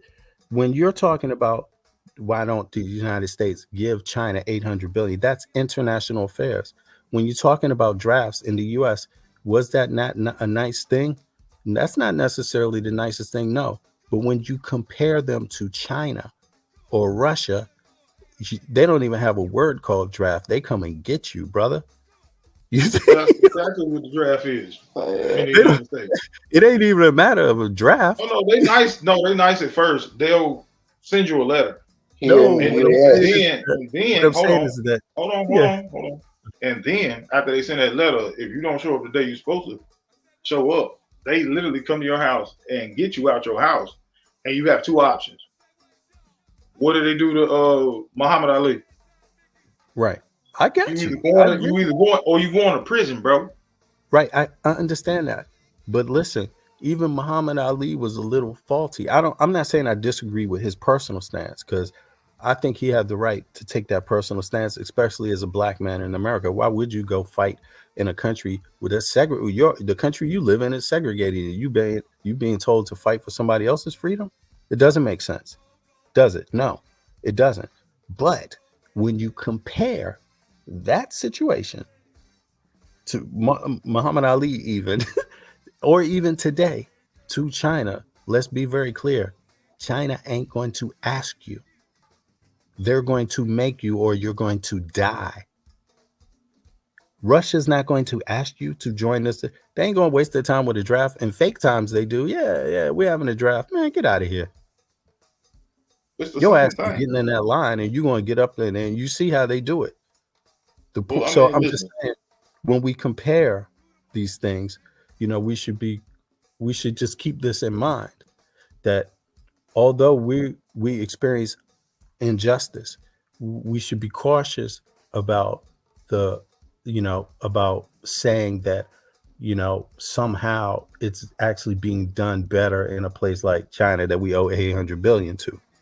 I didn't say that. Technically, or like, that's what I mean. Geopolitically, there's a lot of people just fighting over power geopolitically, and they're using a lot of different means geopolitically to fight, and there's nobody that's going to be able to say that the U.S. has not been highly successful, because they have achieved even what the EU, Western colonial nations couldn't achieve. You see what I'm saying? Like they're when you compare them, what they're doing internationally, globally, they're winning. Nationally, our people are not winning. That's the problem. Our people, that's how I see it. Our people. But I'm not going to I like your points, because you're not lying. You're not making shit up. You just part of we just having a discussion, and it is very useful, But it's just my opinion. I don't have an issue with the international stuff. I don't mix that up with the national stuff at all. I don't think anything the US is doing internationally has anything to do with how it treats its own people nationally. The US, I want the US to win. I don't want the US to lose. I want us to live in peace too, if we can. But I wouldn't trade the geopolitical situation, because I live abroad. I know how many people is like, damn, they wish that their country would be in that position. Maybe they would do some things different, but they definitely respect that power the US has. And even the government, they respect it, to the point where they see somebody like Trump, they just ignore his ass and hope he go away for a couple of 4 years, because if they really hate you, they'll get rid of you. If you're really a problem, they ain't going to just put up with this kind of stuff. Trump said something that affects their security. He said he's going to try to break up NATO. And that's definitely something that an enemy of the country say. That's something that'll never happen. So yeah, hopefully. I mean, who knows? But right now, fuck that. I don't need that to happen for me to get that school money. The unions, to talk about unions, shit. I don't need that to happen to talk about the unions, to get some unions. To get the this healthcare thing together. What you think about healthcare? It's an absolutely positive thing. I believe that. Pretty much the way they got it designed right now is like, listen, there's a lot of people in the United States that get free healthcare. All right. Right. There are people that get prorated healthcare, and there's some people that pay full price depending upon how much money you make. Right. I also believe that all right, when it comes to people like, I know people, I'd have been down on my luck before and stuff like that. So I think time limits kind of need to be put on all the people that are receiving free. Like, unless you are disabled, one way or another, I believe Right. that, you should be on a time limit so you don't drain it from the rest of the people in the country. Right. You see what I'm saying? It's only fucking fair. Like, I don't think you should live in the project your whole life. Right. I think, if a girl get pregnant at 17 and she have a baby and she got to stay in the project, well, then hey, listen, man, we're gonna put a cap on it. Like, you can't live here your whole life. You got like between 5 to 10 years. Get yourself together instead of living here for 40 years. You see what I'm saying? But let me ask you something though, and that, I'm not saying I disagree with you on that. I mean, I agree generally with that. And I think more should be done to help people get, like, for example, education. Example, childcare. She have this 17-year-old. If she's a 17-year-old, she have a child. She obviously in the need for childcare. She obviously in the need to access to education. She's obviously in need of some financial help too, housing, medical help, all those. They get all that. They get all that. They get the vouchers for they get vouchers for daycare. They get food stamps. They get. You talking about North Carolina or what? Yeah. Okay. Yeah. Go ahead. Yeah. All right. So they got them 3, and then federal vouchers. Say what now? Is it federal vouchers? Not to stop you, I'm just curious. Well, no, it's state. No, it's state. It's state vouchers. Okay, go ahead. Yep. But they're already guaranteed that. So then, only thing they really got to do is just motivate yourself. So they even got it to where, like, right before COVID, like, you could go to school online. So they even give you a laptop so you go to school online. That's interesting. That's part of the state. So yes. Okay. Yeah. So then, like, all right, so that's four pluses. and then your rent ain't nothing like, if it anything, sometimes it's zero, sometimes it's like $25 a month. Like Damn, if you can't come off of, if you can't come up off of that, man, like come on now, you just bullshit. well, I understand what you mean, like especially if the argument that the legislators are having is that, hey, because of this, this, and this, we can't do this now because we got too many women or people on welfare in the state, so we can't do the clean water, or we can't do the, I don't know what is it they say they can't do. But let's keep in mind, if it's state money, it's taxpayer money, but it's state money, it ain't the politicians' money, right? Like if you would take Flint, like we was talking about Flint, if you would take like the infrastructure and all of that into consideration, if it was that versus where would you get this money from to, fix this issue? Where would you have to pull from or take away? You know what I mean? Yeah. Yeah, and then think about this. If it's a guy, right? Let's take it off of the thing about the girls, even though it happens to women too, because look, women want to survive just like men, right? But let's flip it to the man. Let's say that it's the guy who doesn't have the job, who's lazy, who's on welfare, right? For argument's sake, right? What's behind that? Okay, well, just lazy, here, or no. Here he has to be a single father. Okay. There is no. Ain't no man just going nowhere getting no welfare, no nothing like none of it. Nah, I mean for real, like not living like not the $25 rent or zero rent. Now you can get food stamps. Yeah, they might shoot him some food stamps, but that's just gonna be for a little bit, maybe like 6 months. So what he gonna do? What are you gonna do to house himself? Well, he a man. He can't qualify for any housing, no apartment, no nothing. Just and not without a child. Not without a child, no. Yeah. Yeah. I mean, but you don't. I mean, I ain't gonna say you don't need none, but that would be the same as a single woman with no children. Don't get no. Well, no, they don't. Government they don't benefits of any they don't sort. get no assistance either. But I don't. The single women don't get housing either if they need it, or no, absolutely not. Okay. You got to have a trophy. You want some funding. So what does the state say? Like if the state had to provide that welfare to the single people with no jobs, right? What's the state's argument for not doing it? Basically, it's kind of, well, not in these exact words, but basically you don't need it because you don't even have you have zero responsibility. If you don't have a child, right? You're supposed to go to the shelter. Hold on.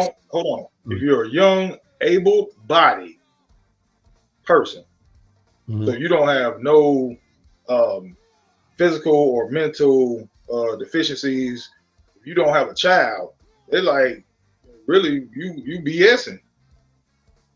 And right.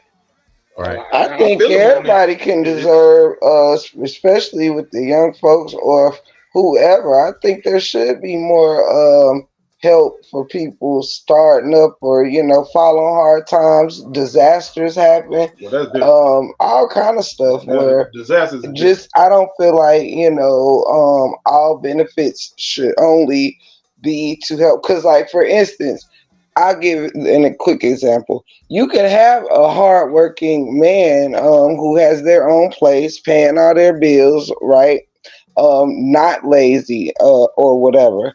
But perhaps with all the bills and whatever, gas getting to work, whatever, maybe they can't afford a lot of food. Maybe they don't have a lot of extra money after that. You know what I'm saying?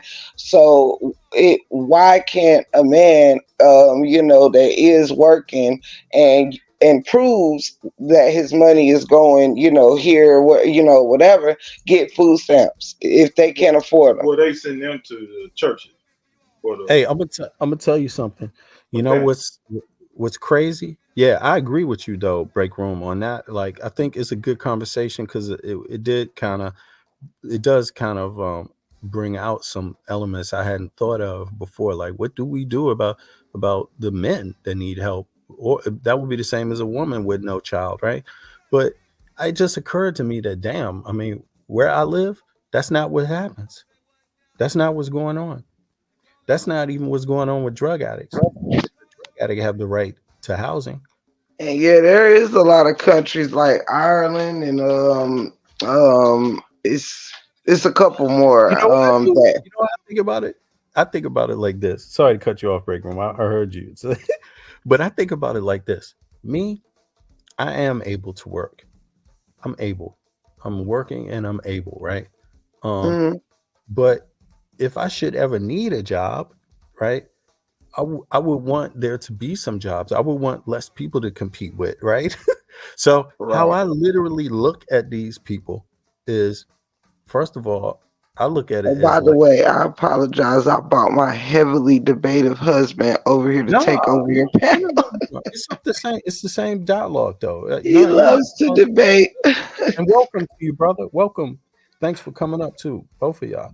No question. You ain't got to V, apologize. bro said welcome and thank you for coming up and conversating. Yeah, definitely. No question. No, it's the same He conversation, had but ran downstairs when you was talking. I okay. said, Brother V said, thank you for coming through and talking to us. No doubt, no doubt.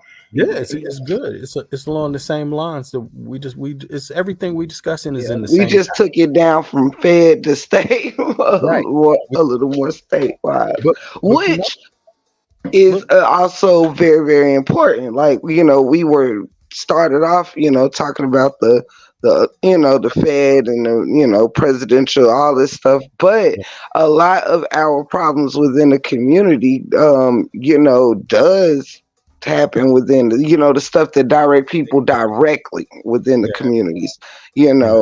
comes from it's the state State level. legislation. So Yeah, and state issues, and some states have absolutely. more economic issues than others, But what you all made me realize is that, damn, actually, where I'm living, nobody's, even the drug addicts have a right to a home, and even have a right to education, paid education.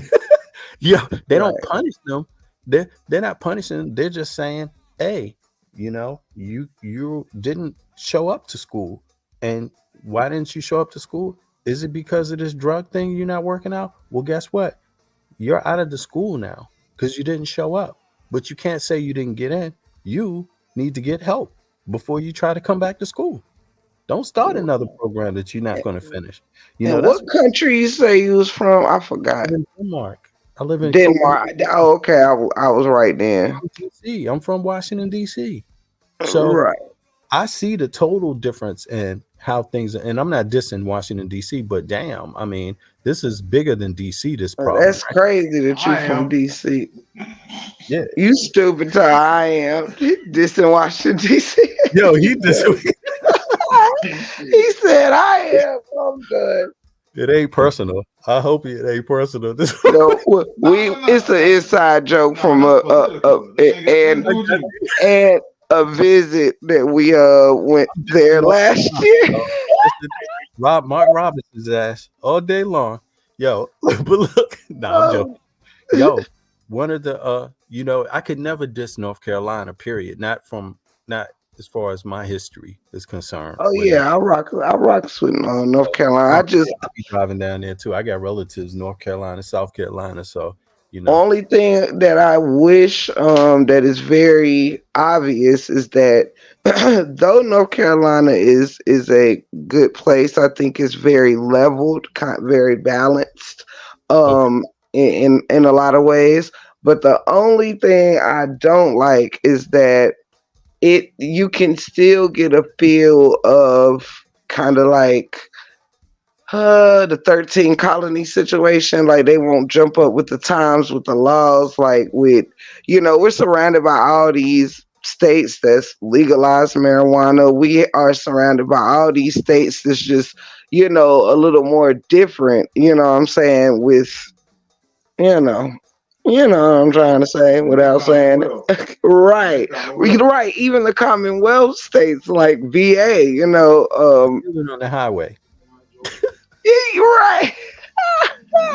Look, I was trying to figure out the right way to say it. So now y'all see what I'm saying.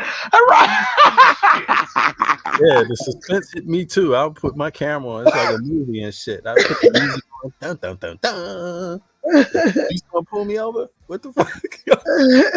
Where the Klan at? Right down the street. You silly. But terrible, but yeah, but I like NC. It's just they just need to catch up with the times of the laws, get a little looser, like the surrounding states. yeah, I mean, Because we're always kind of like, we're always like last to make the change. Like, what's the weed laws like down there in North Carolina? Illegal. Yeah, you going to jail. It's illegal, but all day long, everywhere the police notice weed. But guess what? Every state surrounding North Carolina is legal to smoke. They have recreational. Yes. Most of them, a lot of them is recreational now, but like you got Virginia that's above us. They're recreational. Now I'm not sure about Georgia. Virginia ain't recreational. Georgia is. Yes, they are. What? Virginia is recreational. Absolutely.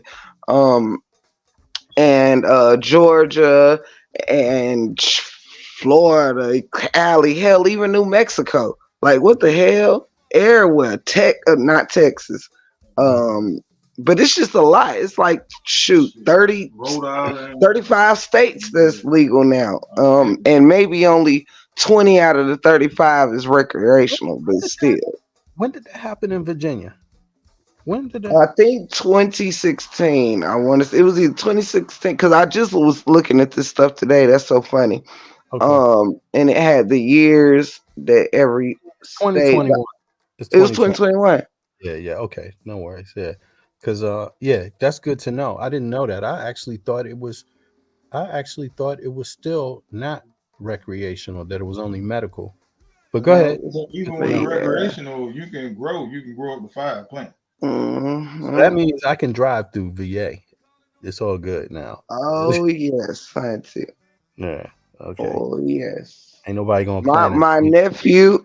Got to tell you the story since you asked, but we were on a trip in the VA. This was 2021.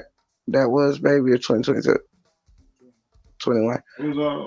That was okay. Yeah, so it's 21 when it first became legalized, and so my nephew was driving. He was in VA going to VA for a different reason, but however, he was driving down the highway, child, and got pulled for speeding, and the police came to his car and said, he rolled down the window and he said, sir. Now keep in mind he was smoking a blunt, a big blunt, and the car smoky. It was smoked out. The police said, "Sir, it smells real good, but you still gotta slow down." He got back in his car. Right. Yeah. His car because now it's been removed, so we have to go to another extreme to go that far. Exactly. I got you. Yeah, and I'm glad it's legalized because, again, it's about priorities. What's my priority? Is my priority really trying to find out who's smoking weed? Right. And then the night before, it's way too much money wasted by doing that, especially when you ain't testing the damn president. You know what I'm saying? Right. They done made it legal on the Indian reservation down there by Cherokee. Yeah. That's what I mean. Why do we waste? That's a lot. And states pay money. When you pull somebody over and you use that as an excuse and you send them to jail, you know how much money that cost? That's loads of money. And time. Ridiculous, racists, well, they want to spend that money on shit like that. They ain't got no problem spending money on stuff like that. It's the other stuff, the aid, the help. They got money, the lunch, the kids' lunch money. You know what I'm saying? They don't want money on that. They want to spend the money on taking you to jail because you smoked a joint. Although you won't ever find out if the governor smoked a joint last week. You will never know because he's not getting tested. Right. Not getting tested. Is the judge getting tested? What judges get testing? You know? Right. You know, it's kids being, you know how crazy that law is. It's even further than like the police part of it. It's schools you can't even qualify for because they want you to get tested. Some technical schools for some jobs, like driving a bus, driving a train, these kind of things. They have these programs where you could learn. But the admittance thing, part of the admittance is taking a drug test in some cities. I found out in DC, they still did that in DC. I was like, what kind of shit is this? You don't even know if the bus driver smoked a joint last week, but you want the kid who's signing up for the program, you want to know if he did? Wow. That's crazy, but it just shows you how what money can be used improperly, you could say. And how it's usually used to basically subject people to harsher treatment that's not even necessary. You know, it's not even necessary. Nobody, but there was this young boy. He was disqualified because from being able to enter the program to drive the metro train because his weed sample came up dirty from marijuana. Can you believe it? Well, guess if he driving folks, he shouldn't be high. Well, yeah, but he ain't driving while he's at work. And look, in the same city, it's legal. You know, what the? How you don't even know? In the same city, it's legal. What the? I was like, you think if we legal? Well, no, I guess companies can have their own, their own rules. Right. I think it's because they had some there's something behind it, the training program. It was something privatized about it, I believe. I don't want to say too much, but I just don't understand it because the practical part of it is just like, are bus drivers being tested? Are the judges being tested? How often are they being tested? Is the president being tested? How often is he being tested? Are the senators that pass the laws, vote for the laws, are they being tested? What about who's being tested? But the 17-year-old kid that want to enter into a training program being tested? What is that? That's crazy. You can't even test for cocaine past a few days. We ain't staying in the system for 30 days. What did you do about those folks? It's just too much. You see what I mean? Be up there, all the House of Representatives be jacked and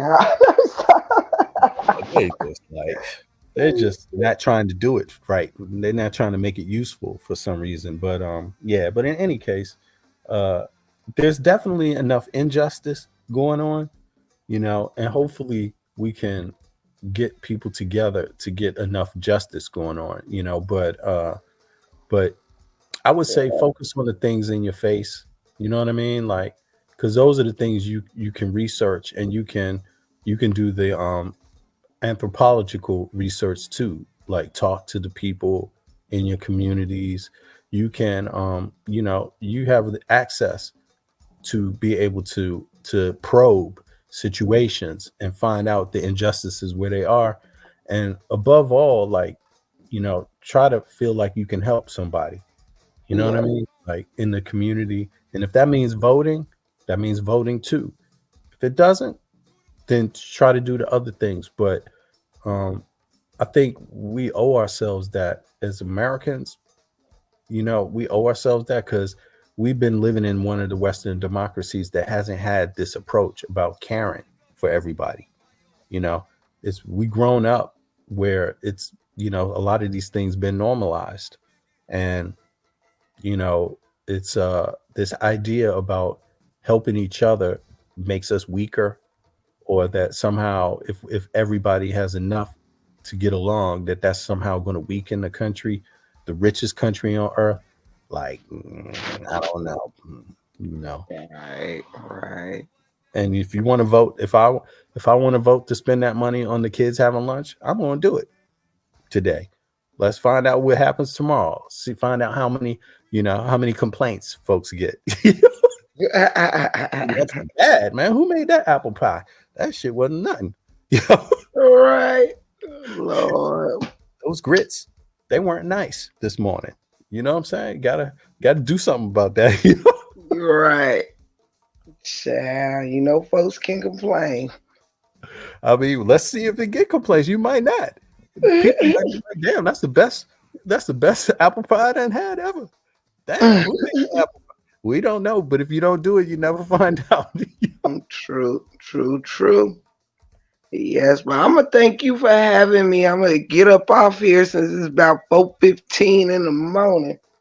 Yeah, true. It's late. U.S. time. It's late. I appreciate you. And what's your man's name again? Buck. There you go. I appreciate it, Buck. Thanks for hopping up and joining the conversation. Already? You solid. Yeah, anytime, bro. I like your ideas and your communication, man. It's solid. We can talk. We be debating all the time, child. Just like what this right here. We're always on a post. That keeps the relationship interesting, right? Yes, buddy. Lord have mercy. But thank you so much. I enjoyed the build and all of that. And I always look forward to coming through and getting the info and all of that. You great at what you do when you're politicking, and I'll be around for the next one. Thank you, and hopefully it will continue, but I'm sure it will. And also to your audience, I appreciate a lot of the support from your audience and you as well, Break Room. I appreciate that. Absolutely. And anytime we're gonna keep it pushing, keep it rolling. Absolutely. And you have a good night, and thank you so much. All right, y'all. Peace out, everybody. We talk to y'all in one more again. Peace. Shout out to What'd you say? Oh, I missed Break Room. She was about to say shout out to who's she about to say shout out to? Shout out to Angie. What's up, Angie? Okay. All right. I don't know if that's what she was about to say, but yeah, shout out to everybody. Johnny, I see you in the chat. Ralph, I saw you in the chat too. Peace to you also, bro. And who else? Is somebody? Oh, Andrea Burnett. I have to say, Andrea, thank you also as well. And yeah, let's keep it moving. Today we discussed some of this MAGA disinformation. I don't know, empty rhetoric, and then we discussed about some of the murders, the federal damn, what is it called? And it's called federal death penalty, right? The federal death penalty, the amount of people killed under the federal death penalty, it went up extremely under Trump's term. So they have that data now too. 13 people were killed under Trump's administration, under the federal government.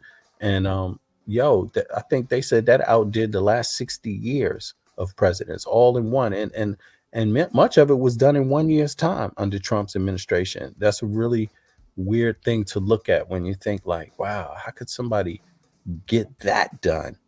And we looked at one of the black men that died. There were several, but one was convicted of a crime when he was 18 years old.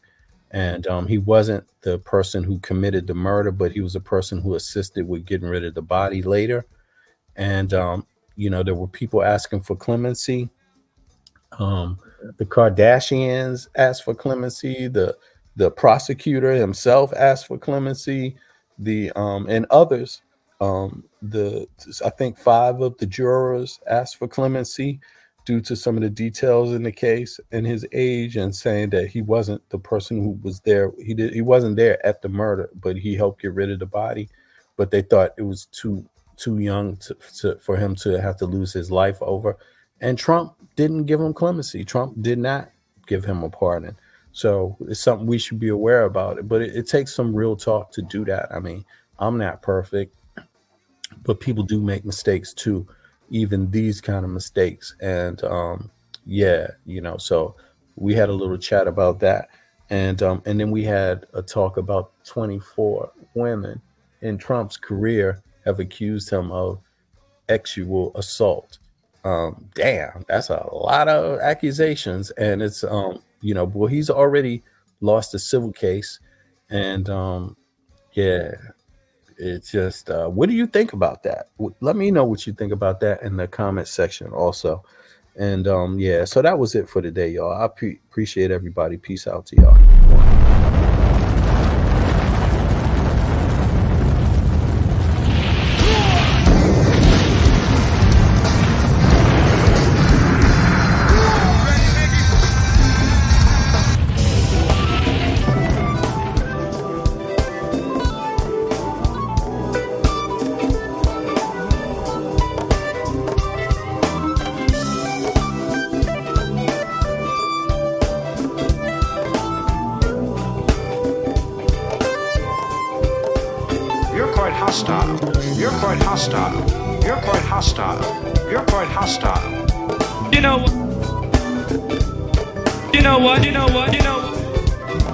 Yeah. She stays alone, never shares a single tear.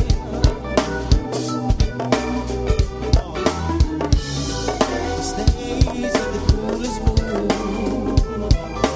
clearly rolling up the yeah.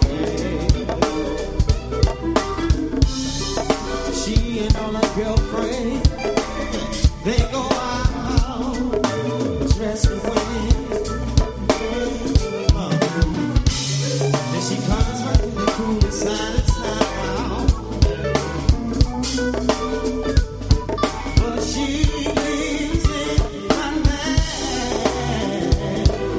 She lives in my land. She lives in. You know what?